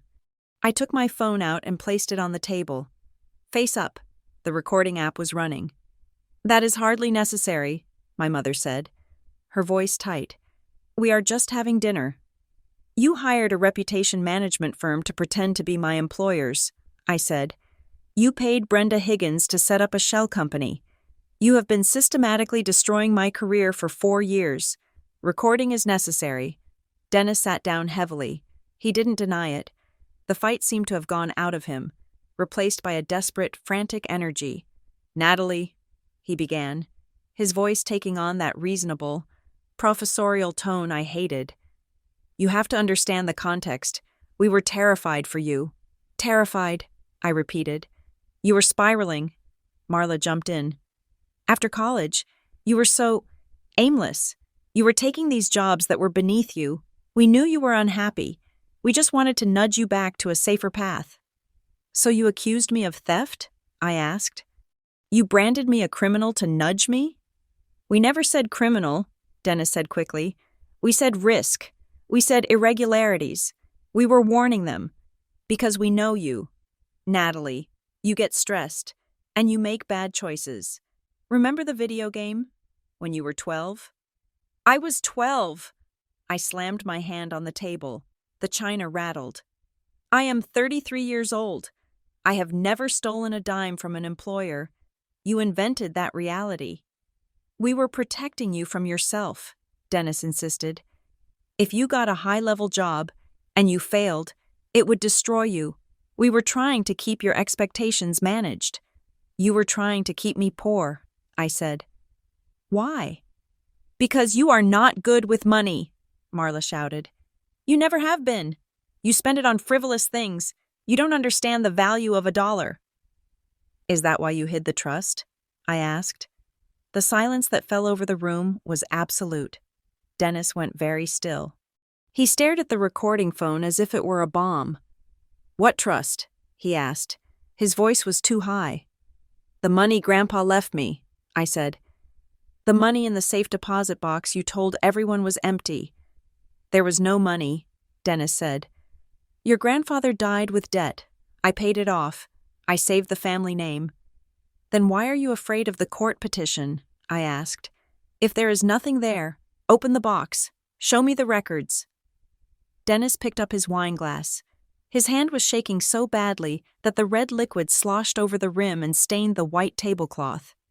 "You do not understand the complexities of the estate," he said.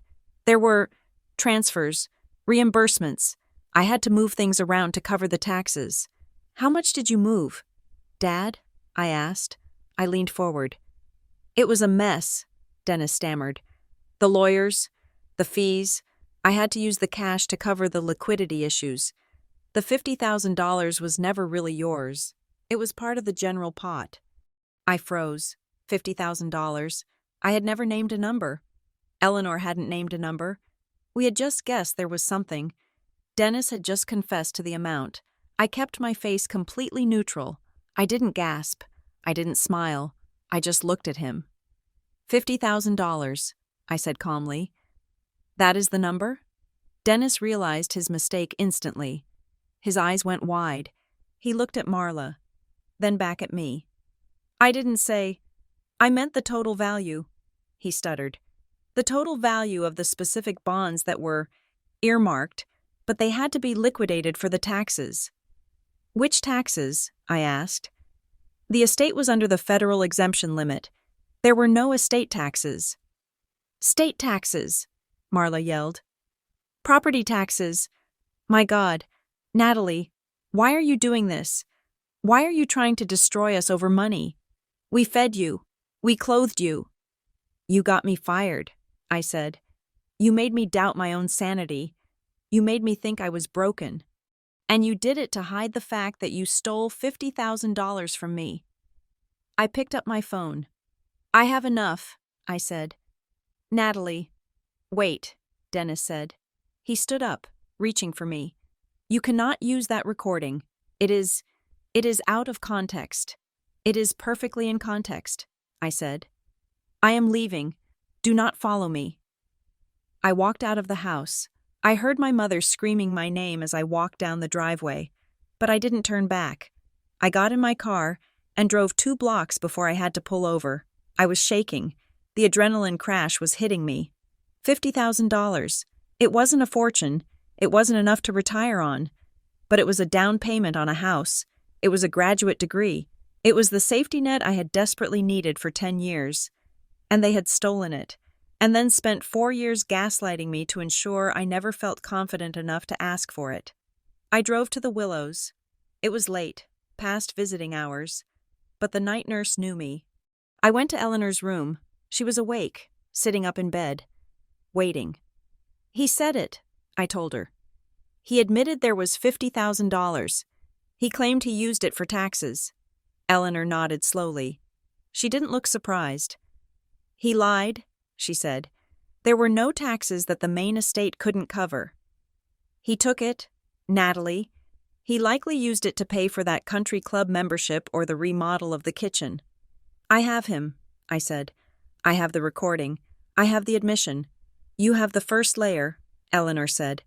She reached into her nightstand drawer. She pulled out a small key. "It is time for the second layer," she said. "What is that?" I asked. "Years ago," Eleanor said, "when your grandfather was dying, he suspected Dennis was eager. He didn't trust Dennis to follow the will, so he gave me a duplicate set of the financial records, the bank statements, the bond certificates, the proof of the trust. You have them here?" "No," Eleanor said. "Or, I am an old woman in a nursing home.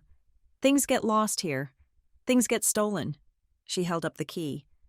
"I gave the documents to a trustee, a neutral third party, a lawyer who owes your father nothing." "Who?" "His name is Arthur Penhaligon," Eleanor said. "He was your grandfather's army buddy. He is retired now, but he kept the file. The instructions were simple. Release the documents only if Dennis Flores attempts to destroy Natalie's credibility." She placed the key in my hand. "You triggered the clause.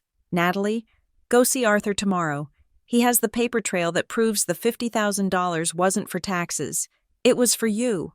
I closed my fingers around the cold metal of the key.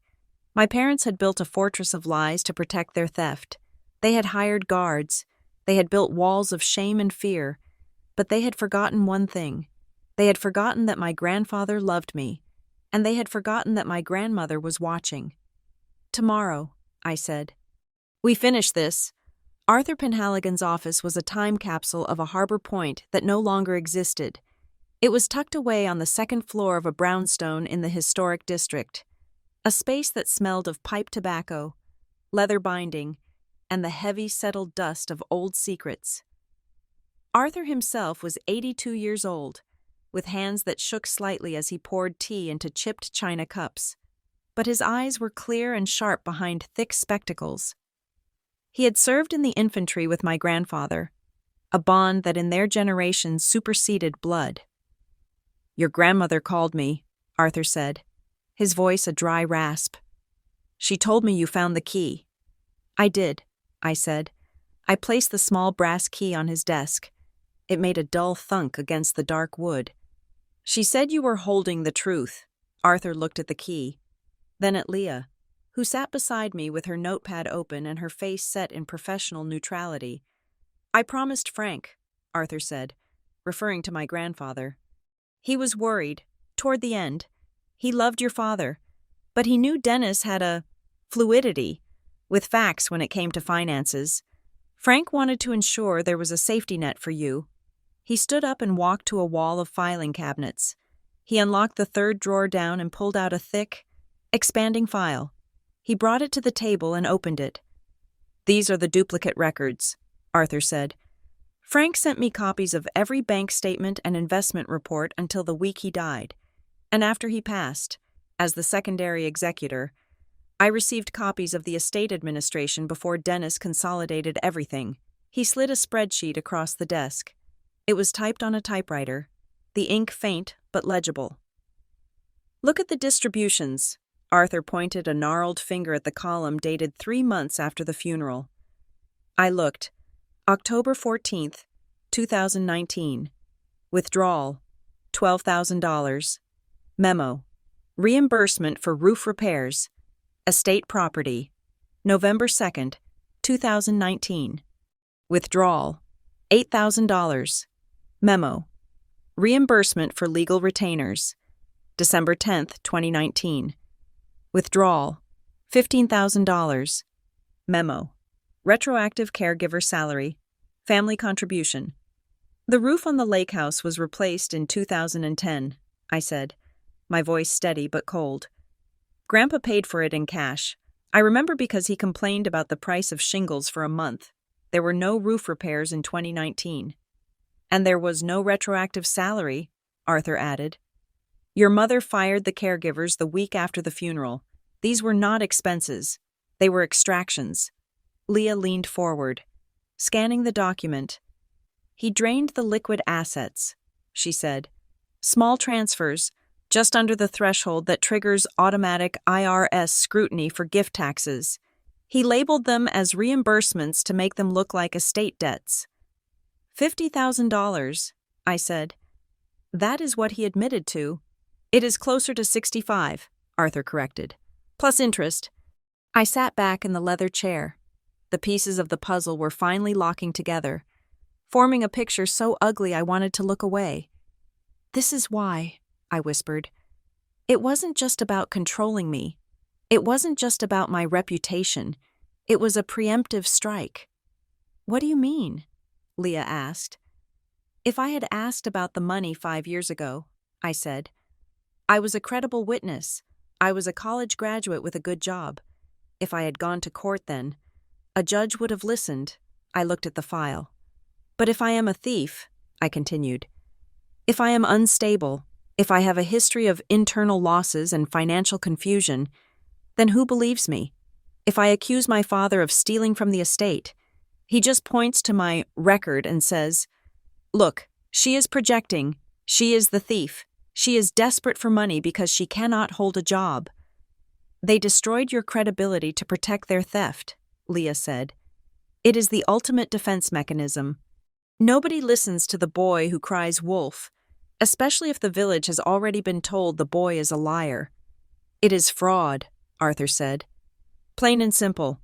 And I have been waiting 6 years to hand this over." We left Arthur's office an hour later with certified copies of every document. The rain had stopped. leaving the streets of Harbor Point slick and black. "We have them on fraud," Leah said as we walked to her car. "We have them on defamation. We have them on tortious interference. Natalie, we can file a civil RICO suit. This is a conspiracy. I am suing my parents," I said. The words felt heavy in my mouth. "I am going to stand in a courtroom and ask a judge to brand my father a criminal." "He is a criminal," Leah said. "He stole from a dead man and framed his daughter to cover it up." "I know," I said. "But they are still my parents. I keep thinking about Christmas morning when I was 10.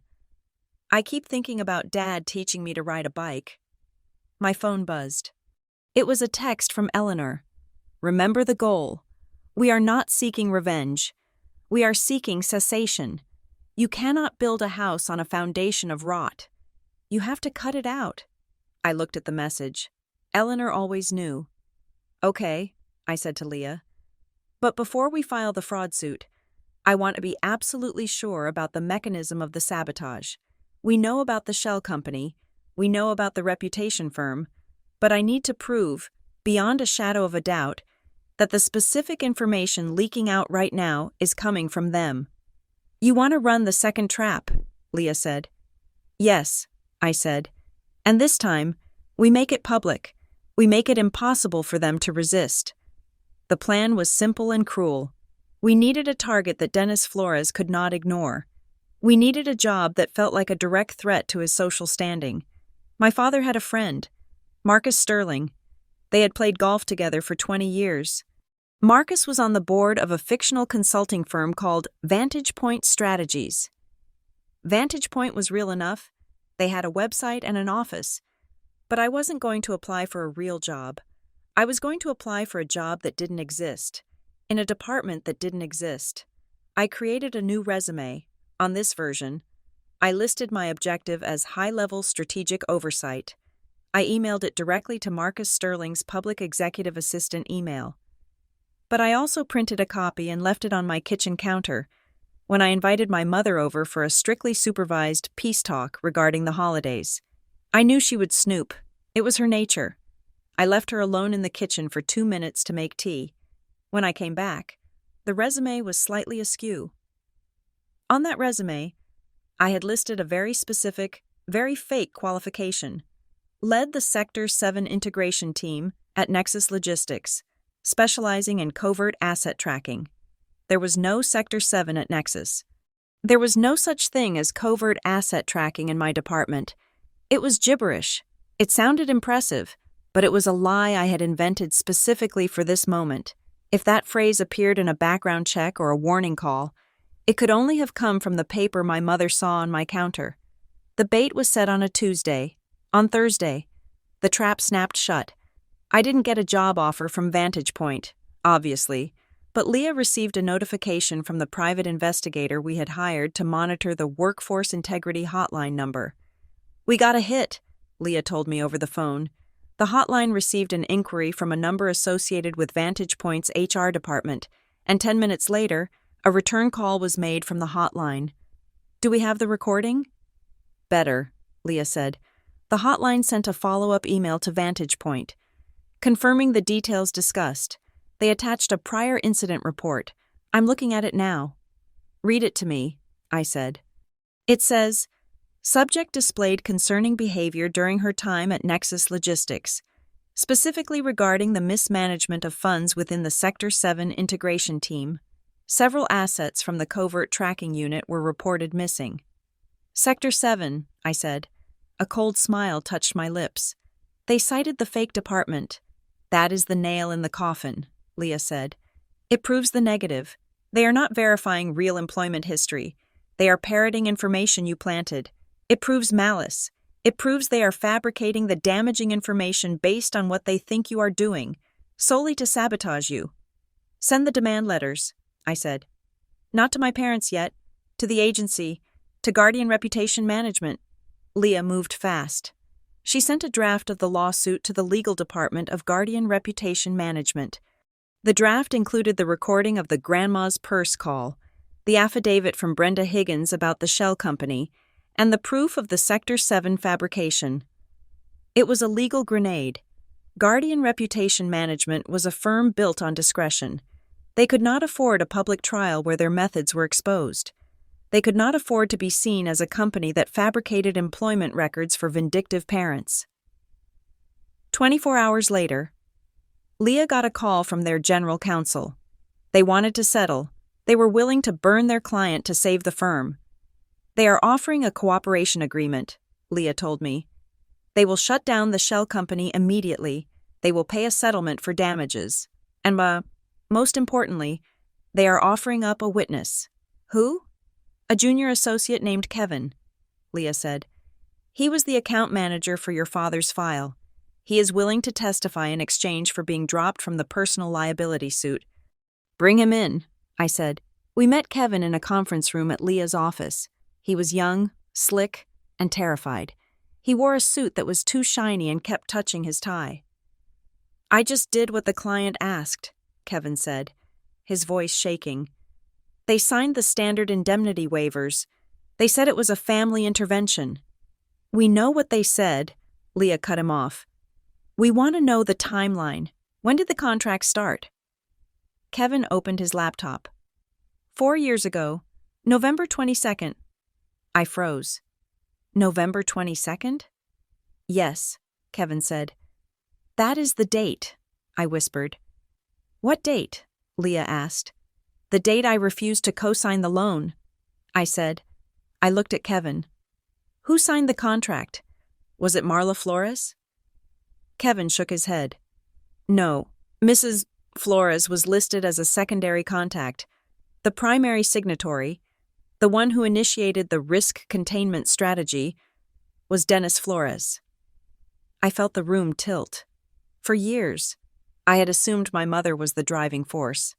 Marla was the loud one. Marla was the critical one. Marla was the one who obsessed over appearances.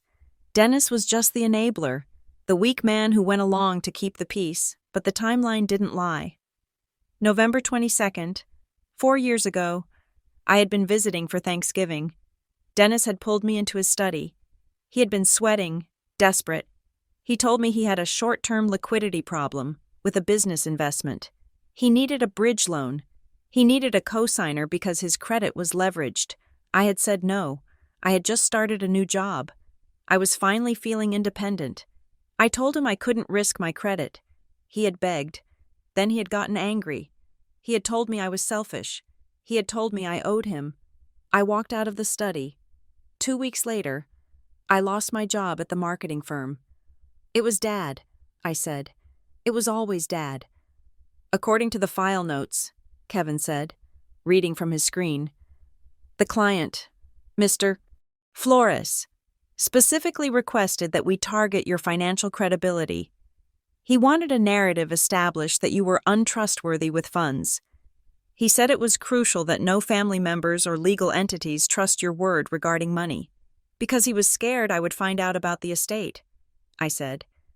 When I refused the loan, he realized I was getting too smart. I was getting too independent. If I had good credit, if I had a good job, I might start asking questions about why I never received Grandpa's trust. Marla got involved later, Kevin added. About 6 months in, she escalated the emotional side of it, the unstable narrative, but Mr. Flores started it, and he was the one who authorized the payments from an offshore account. Offshore? Leah asked. Cayman Islands, Kevin said. Hard to trace. Or, I said, the exact place you would hide $65,000 stolen from an estate. The betrayal was total. It wasn't just toxic parenting. It was a calculated, cold-blooded financial hit. My father had sacrificed my entire 20s to cover up his own theft. Thank you, Kevin, I said. You have been very helpful. We set the meeting for Sunday. This time, we didn't go to their house. We rented a neutral conference room at a mediation center. Leah sent the invitation. To discuss a global settlement of all pending legal matters, they arrived together. Marla looked furious. Her lips pressed into a thin white line. Dennis looked sickly. He had lost weight in the last week. He wore a suit that hung loosely on his frame. Eleanor was there, too. She sat at the head of the table, her wheelchair positioned like a throne. She didn't look at them. Dennis and Marla sat opposite me. Their lawyer, a blustery man named Mr. Henderson who specialized in estate planning, opened his briefcase. "This is harassment," Henderson began. "Dragging my clients here on a Sunday, we deny all allegations of—" "Quiet," Leah said. She didn't shout, but her voice carried a weight that silenced the room. She placed a single photograph on the table. It was a picture of the Sector 7 resume I had left on my kitchen counter. Then she placed the incident report from the hotline that cited Sector 7. Then she placed the affidavit from Kevin at the reputation agency. "We know," Leah said. "We know about Guardian. We know about the shell company. We know about the payments." Marla gasped. She looked at Dennis. "You said they couldn't trace it." Dennis didn't look at her. He was staring at me. "Natalie," he said. His voice was trembling. "You have to understand. I was under so much pressure." "Pressure?" I asked. "You mean the pressure of stealing my inheritance and spending it?" "I didn't steal it," Dennis shouted. He slammed his hand on the table, tears springing to his eyes. "I invested it. I was trying to grow it for the family. I made a bad call. The market turned on me." "So you stole my money to cover your bad investment," I said. "And when I wouldn't give you more money by co-signing your loan, you decided to destroy my life so I would never have the resources to sue you." "I was going to pay it back," Dennis wept. "I just needed time. But you abandoned us. You were so cold. You wouldn't help your own father. You left me no choice." I looked at him, a grown man, sobbing in a conference room, blaming his daughter for his own crimes. He truly believed it. In his mind, my refusal to enable him was an act of aggression that justified his retaliation. "You had a choice," I said. "You could have told the truth. Instead, you made me believe I was crazy. You let me think I was a thief." "I did it for the family," Dennis wailed. "To keep us together." "Stop it, Dennis," Eleanor said. Her voice was low, but it cut through his sobbing like a blade. She wheeled herself forward. She looked at her son with a gaze that was devoid of pity. "You are not a victim," Eleanor said. "You are a thief, and you are a coward. You stole from your dead father, and you tried to kill your daughter's spirit to hide the body." "Mother, please," Dennis whimpered. "I know about the offshore account," Eleanor said. "Arthur Penhaligon knows, and the court will know on Monday morning." Dennis went pale. The color drained from his face so fast I thought he might faint. "Monday?" he whispered. "I have a statement," Eleanor said. "A sworn affidavit, detailing everything Frank told me, everything I saw, and everything Arthur has on file. It is time-locked with my attorney. If I do not call him by 9 in the morning to cancel, he files it with the district attorney, not a civil suit. Dennis, criminal fraud." The room was deadly silent. The word criminal hung in the air. Marla looked at Dennis. The realization hit her. This wasn't just a lawsuit. This was prison. "You," Marla hissed at him, "you told me it was handled. You told me it was just a family dispute." "It is handled," Dennis stammered. He looked at me, his eyes wide and pleading. "Natalie, please, we can fix this. I can sign a note. I can pay you back over time. Don't let her file it. Don't send your father to jail." I looked at him. I looked at the man who had terrified me for years. He was small. He was pathetic. "I don't want a note," I said. "I want my life back." "You can have it," Dennis said. "I will sign anything. I will confess to the employers. I will clear your name. Just call off the dogs." Leah slid a document across the table. "This is a confession of judgment," Leah said. "It admits to the defamation and the misappropriation of estate funds. It agrees to a repayment plan of the full $65,000 plus damages, totaling $150,000, and it includes a clause that you will never contact Natalie or her employers again." "I will sign it," Dennis said, reaching for a pen. His hands were shaking so hard he could barely hold it. "And," Leah said, "it requires you to publicly retract the allegations. You will write letters to every employer you contacted, admitting the information was false." "I will do it," Dennis said. He signed. Marla signed, her hand stiff and angry. I felt a wave of exhaustion hit me. It was over. I had won. I had the money. I had the truth. I had my reputation back. We left the mediation center in silence. Eleanor held my hand in the elevator. "You did good," she said. "I feel sick," I said. "That is normal," Eleanor said. "Justice is not sweet. It is just necessary." I dropped Eleanor off at the Willows and drove home. I was ready to sleep for a week. I wanted to turn off my phone, lock my door, and forget that the name Flores meant anything. I walked into my apartment. It was quiet. My phone buzzed in my pocket. I ignored it. It buzzed again, and again. I sighed and pulled it out. It was a text message. Sender: unknown. I opened it. Subject: you missed a spot. My heart skipped a beat. Message: congratulations on the win with Daddy Dearest. He was always sloppy, but you really should have checked who else was on the payroll. Your grandma isn't the only one who prepared. Check the storage unit on Briar Street. Unit 404, code 1993.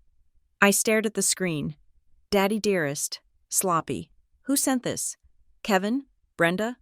And then the second part of the message hit me. Your grandma isn't the only one who prepared. I looked at the number. It was untraceable. I looked at the time. It was 10 at night. Briar Street was 10 minutes away. I knew I should call Leah. I knew I should call the police.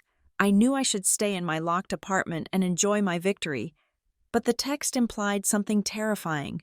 It implied that Dennis and Marla weren't the only ones playing the game.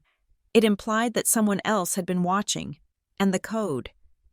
1993. That was the year I was born. I grabbed my keys. I wasn't done digging yet. The fluorescent lights of the U-Store It facility on Briar Street hummed with a low, insectoid buzz. It was 11 o'clock at night.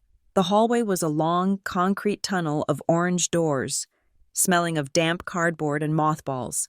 I walked down the corridor, my footsteps echoing loudly against the metal walls. I felt like an intruder in a horror movie, the kind who opens the wrong door and finds something she can never unsee. I reached Unit 404. It was a small unit, the size of a walk-in closet. A heavy padlock hung from the latch. I looked at the text message on my phone again. Code 1993. It wasn't a combination for a lock. It was a hint. I tried the code on the keypad by the main gate, which I had already passed. But here, at the unit, there was a key-coded padlock. I spun the dials. 1, 9, 9, 3. The shackle clicked open. I pulled the lock free and slid the latch bolt back. It made a screeching sound of metal on metal. I rolled the door up. The motion sensor light inside flickered to life, bathing the small space in a harsh, white glare. I expected to see old furniture, maybe boxes of Christmas decorations my parents had forgotten. Instead, I saw a filing cabinet, a desk, and shelves lined with white banker's boxes. It looked like a command center. I stepped inside, the air stale and cold. I walked to the first shelf. The boxes were labeled in black marker: Nexus Logistics, Dental Clinic, Marketing Firm, College Years. I pulled down the box labeled Nexus Logistics. My hands were shaking. I opened the lid. Inside were photographs. There was a picture of me walking into the Nexus building on my first day. A picture of me eating lunch in my car. A picture of me talking to David, my boss, in the parking lot. They had been watching me, physically watching me. I dug deeper. There were printed emails, not just the ones sent to HR, but drafts. Dozens of them. Scripts for phone calls. Theme: financial instability. Trigger phrase: cash drawer. Target: Janet. HR manager. Call time: 10:15 a.m. Optimal for stress. I felt a wave of nausea. This wasn't just a concerned father making a phone call. This was an operation. It was a systematic dismantling of a human being. I put the lid back on the box and looked at the desk. There was a single manila envelope sitting in the center of the blotter. It had my name on it. Natalie. If you ever find this, the handwriting was familiar. It was spidery, elegant, and unmistakable. It was Eleanor's handwriting. I picked it up. The envelope was not sealed with tape. It was tucked closed. I opened it and pulled out a letter. My dearest Natalie, if you are reading this, it means you have dug deeper than I could have ever hoped, and perhaps deeper than I ever feared. You have found the repository. I have known about this unit for 6 months. I followed your mother here one afternoon when she thought I was at the podiatrist. I saw her enter the code. I came back later and found this. I looked at the date at the top of the letter, January 12th, 2026. I froze. That was less than a month ago. Eleanor had told me she hadn't left the Willows except for doctor's appointments. She had told me she needed me to be her legs. She had claimed she was observing from afar, but she had been here. She had stood in this room. I read on. You must be wondering why I did not tell you, why I let you run the traps and the investigations when I had this evidence sitting here. The answer is simple, and it will hurt you. I did not tell you because the files in this room reveal something that terrified me. Your parents are monsters. Yes, but they are incompetent monsters. They are sloppy. They are emotional. They could never have built the algorithm of destruction that ruined your 20s. They needed help. I found a file in the back of the cabinet labeled The Architect. It contains correspondence between Dennis and a third party, someone who is not a reputation firm, someone who is not a lawyer, someone who has a personal, deep-seated reason for wanting you discredited. I have been using the last month to try to identify this person. I wanted to hand you their name on a platter. I wanted to protect you from the crossfire, but if you are reading this, I ran out of time. Or you were too smart for my pacing. Take the files. Natalie, burn the family down if you must. But be careful. The person helping them is not doing it for money. They are doing it for hate. Love. Grandma. I lowered the letter. The silence of the storage unit pressed against my ears. The Architect. I turned to the filing cabinet. I yanked open the drawers. I searched for the file labeled The Architect. It wasn't there. The space where it should have been, between accounts and assets, was empty. There was a gap in the hanging folders. Someone had removed it. Eleanor? Or the person who sent me the text message? Your grandma isn't the only one who prepared. I grabbed the Nexus box. I grabbed the dental clinic box. I grabbed everything I could carry. I ran to my car, threw them in the trunk, and drove to Leah's house. I didn't care that it was midnight. I banged on her door until she answered, wearing a bathrobe and holding a baseball bat. It is me, I said. I found the smoking gun and the bullets. Leah spent the next 6 hours going through the files on her dining room table. She drank 3 pots of coffee. She didn't speak much, except to mutter legal obscenities under her breath. By dawn, the table was covered in stacks of paper. This is it, Leah said, rubbing her eyes. This is tortious interference. This is conspiracy. This is stalking. Natalie, we have photos of you inside your apartment taken through the window. We have a log of every person you dated in the last 4 years, with notes on how to sabotage the relationships. I looked at a photo of me and an ex-boyfriend. Mark. We were laughing at a park. Note. Subject is looking happy. Contact Mark's employer anonymously regarding his association with a known financial risk. Mark had broken up with me a week after that photo was taken. He said it was too complicated. They did that, too, I whispered. We have enough to bury them, Leah said. We don't need a settlement. We can file this morning. We can go to the press. This is a story that would ruin Dennis in this town forever. He would be a pariah. Do it, I said. Then I paused. I looked at the letter from Eleanor again. The person helping them is not doing it for money. If I went public, if I filed a massive lawsuit, everything would come out. The files, the photos. My entire humiliated history would be public record. And the Architect, whoever they were, would know that I knew. Wait, I said. Wait? Leah looked at me. Natalie, we have them by the throat. If we file a public suit, I said. It drags on for years. Discovery, depositions. My parents will fight to the death to protect their reputation. They will drag my name through the mud again. They will say the files are fake, or that I made them. We can win, Leah said. I don't want to win in 3 years, I said. I want to be free today, and I want to know who took the file. So what do you want to do? Mediation, I said. We force them into a room, we show them this, and we give them a choice, total surrender, or we release the photos to the 6 o'clock news. Leah smiled. It was a sharp, dangerous smile. Ambush, I agreed. We set the meeting for 2 days later. We told Dennis's lawyer, Mr. Henderson, that we were ready to discuss the terms of the retraction.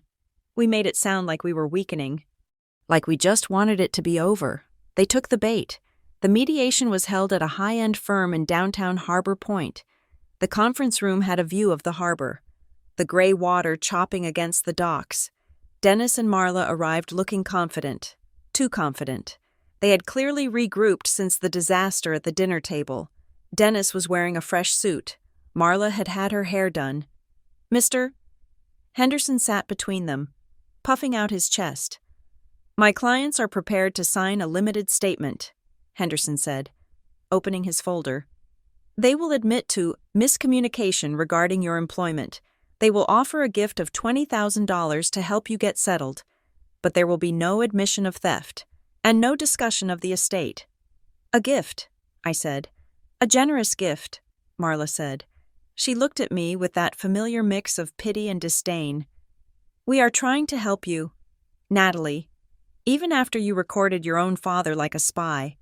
We are willing to forgive that breach of trust. Forgive me? I asked. A daughter owes her parents loyalty, Marla said. We are family.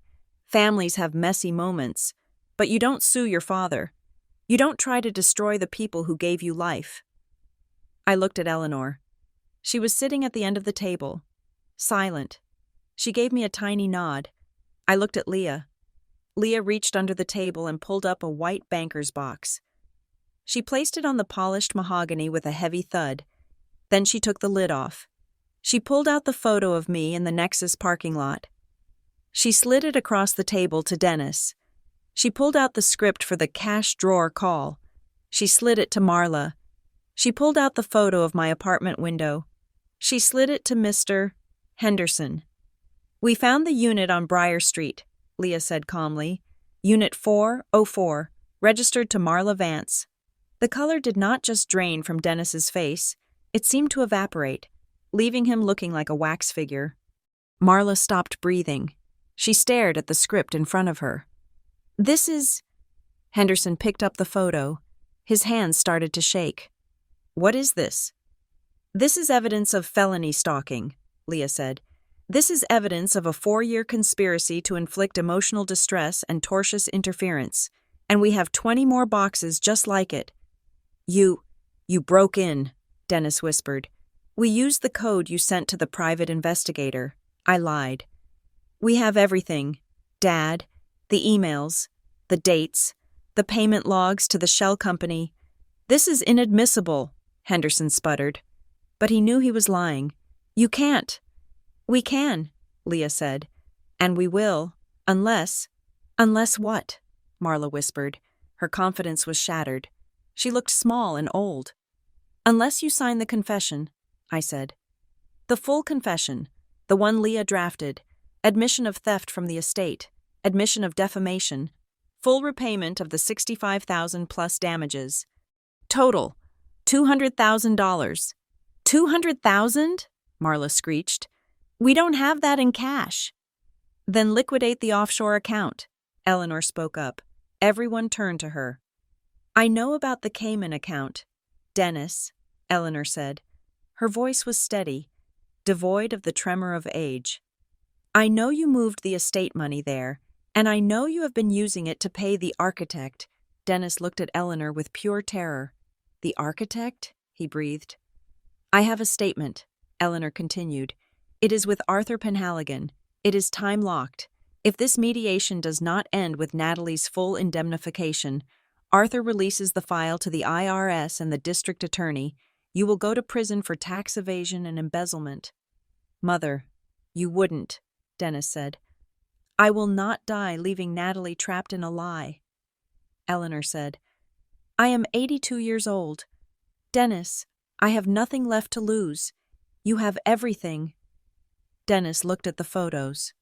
He looked at Henderson, who was hurriedly packing his briefcase, clearly realizing he was representing a criminal enterprise. Okay, Dennis said. He slumped in his chair. Okay, I'll sign. Dennis! Marla grabbed his arm. It's over. Marla! Dennis shouted at her. They know. They know about the storage unit. They know about the money. He looked at me. His eyes were red. I will sign your affidavit, Dennis said. I will pay you the $200,000. I will write the letters to your employers. I will retract everything. Good, I said. But, Dennis said. He leaned forward. His voice dropped to a whisper.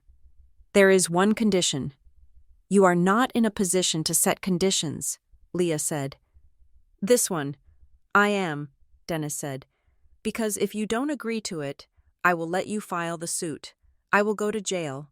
I don't care. I will burn it all down before I let them get involved. Let who get involved? I asked. Dennis looked around the room, as if checking for listening devices. The person who helped us, Dennis said. The one Eleanor calls the architect. Who is it? I demanded. I will give you the settlement, Dennis said, ignoring my question. I will give you the retraction. You walk out of here with your reputation clean and money in the bank. You win. Natalie, you get your life back. He pushed a piece of paper across the table. It was a separate non-disclosure agreement. But you have to sign this, Dennis said. You agree that the investigation stops here. You agree that you will never look for the third party. You agree that you will never ask me his name again. And you agree to destroy the file labeled The Architect, if you have it. I looked at the NDA. Clause 4. The claimant agrees to cease all inquiries regarding external consultants or partners associated with the respondents. Why? I asked. Why are you protecting them? Did they blackmail you? They didn't blackmail me, Dennis said. He looked terrified, deeply, truly terrified. We made a deal with the devil, Natalie, and you don't break a deal with him. If his name comes out, if he gets dragged into a public lawsuit, what he did to you will look like a mercy compared to what he will do to us. Is he dangerous? Leah asked. He is effective, Dennis said. Please, Natalie, take the win. Take the money. Be free. Just let the ghost stay a ghost. I looked at the settlement agreement. It was everything I had fought for. $200,000, full retraction, clean record. I could sign it. I could walk out of this room and start over. I could move to a new city. I could buy a house. I could finally breathe. All I had to do was stop digging. I looked at Eleanor. She was watching me. She didn't nod. She didn't shake her head. She was letting me choose. I looked at the box of files. The photos of my life. The violation. Someone else had helped them do this. Someone who hated me. Someone who was still out there. If I signed, I was safe, but I would always be looking over my shoulder. If I didn't sign, I would destroy my parents, send my father to prison, and unleash a war with an enemy I couldn't even name. I picked up the pen. The plastic felt cool against my fingers. One question, I said to Dennis. Does he know where I live? Dennis hesitated. Then he nodded. He knows everything. I looked at the paper. I looked at the door. Freedom was a signature away. But the truth was a war. I uncapped the pen. I'll take the deal, I said. I signed the settlement. I signed the retraction order. And then I pulled the NDA toward me. I looked at Dennis's relieved face. He thought he had won the silence he needed. I hovered the pen over the signature line. Stop digging. The note in my apartment. The missing file in the storage unit. The text message from last night. Your grandma isn't the only one who prepared. I realized then that signing this wouldn't protect me. If this person was as dangerous as Dennis said, My silence wouldn't save me. It would only leave me blind. I put the cap back on the pen. I'm keeping the money, I said. And the retraction. What? Dennis said. No, the deal is all or nothing. I signed the settlement, I said, sliding the signed papers to Leah, who grabbed them instantly. That is a binding contract. You signed it first. But the NDA, Dennis shouted. You have to sign the NDA? No, I said. I stood up. I don't think I will. Natalie, Marla screamed. You don't know what you are doing. I know exactly what I'm doing, I said. I am taking my life back, all of it, including the parts you tried to hide. He will come for you, Dennis yelled. He will destroy you. Let him try, I said. I walked to the door. Leah was right behind me, clutching the signed settlement like a shield. Natalie, Eleanor called out. I turned back. Eleanor was smiling, a real, genuine smile. Check the lining of the Nexus box, she said. I looked at her, confused. The file isn't missing, Eleanor said. I didn't take it, and neither did he. I hid it. Dennis went white. Run, Natalie, Eleanor said softly. I ran. I burst out of the building into the cold harbor air. I didn't stop at my car. I hailed a taxi. Where to? The driver asked. I looked at the box of files in my arms. I reached into the Nexus box. I ripped up the bottom cardboard lining. There, taped to the bottom, was a thin red file folder. I pulled it out. There was no name on the tab, just a symbol, a small, black architectural compass. I opened it. There was a single photo clipped to the top profile. It was a man. I recognized him immediately. I had seen him every day for the last 3 months. I had delivered coffee to him. I had laughed at his jokes. I had trusted him when he told me I was just having a run of bad luck. It was David, my boss at Nexus, the man who had hired me, the man who had fired me, and underneath his photo was a note in his handwriting. She is perfect. Dennis. Smart enough to do the work. Damaged enough to never ask why the inventory numbers don't add up. Send her to me. I'll handle the rest. The taxi driver looked at me in the rearview mirror. Miss, where to? I looked at the photo of David, the man who wasn't just ruining my reputation. He was using me as a cover for something much, much bigger than a family feud. My parents were just pawns. He was the king, and I had just declared war on him. Drive, I said. Just drive. Thank you so much for listening to My Parents Told Every Employer I Was a Thief. Grandma had already prepared for that. I hope you enjoyed this journey of betrayal, strategy, and justice. This story was a wild ride to write, and I'd love to know what you think about Natalie's final choice. Where are you listening from? Drop your city and country in the comments below. I love seeing how far these stories travel. If you enjoyed this, please subscribe to Revenge Stories for more deep dive dramas, family secrets, and satisfying paybacks. And don't forget to share your thoughts in English in the comment section. Who do you think David really is? And what should Natalie do next? Until next time, keep your friends close and your grandmothers closer.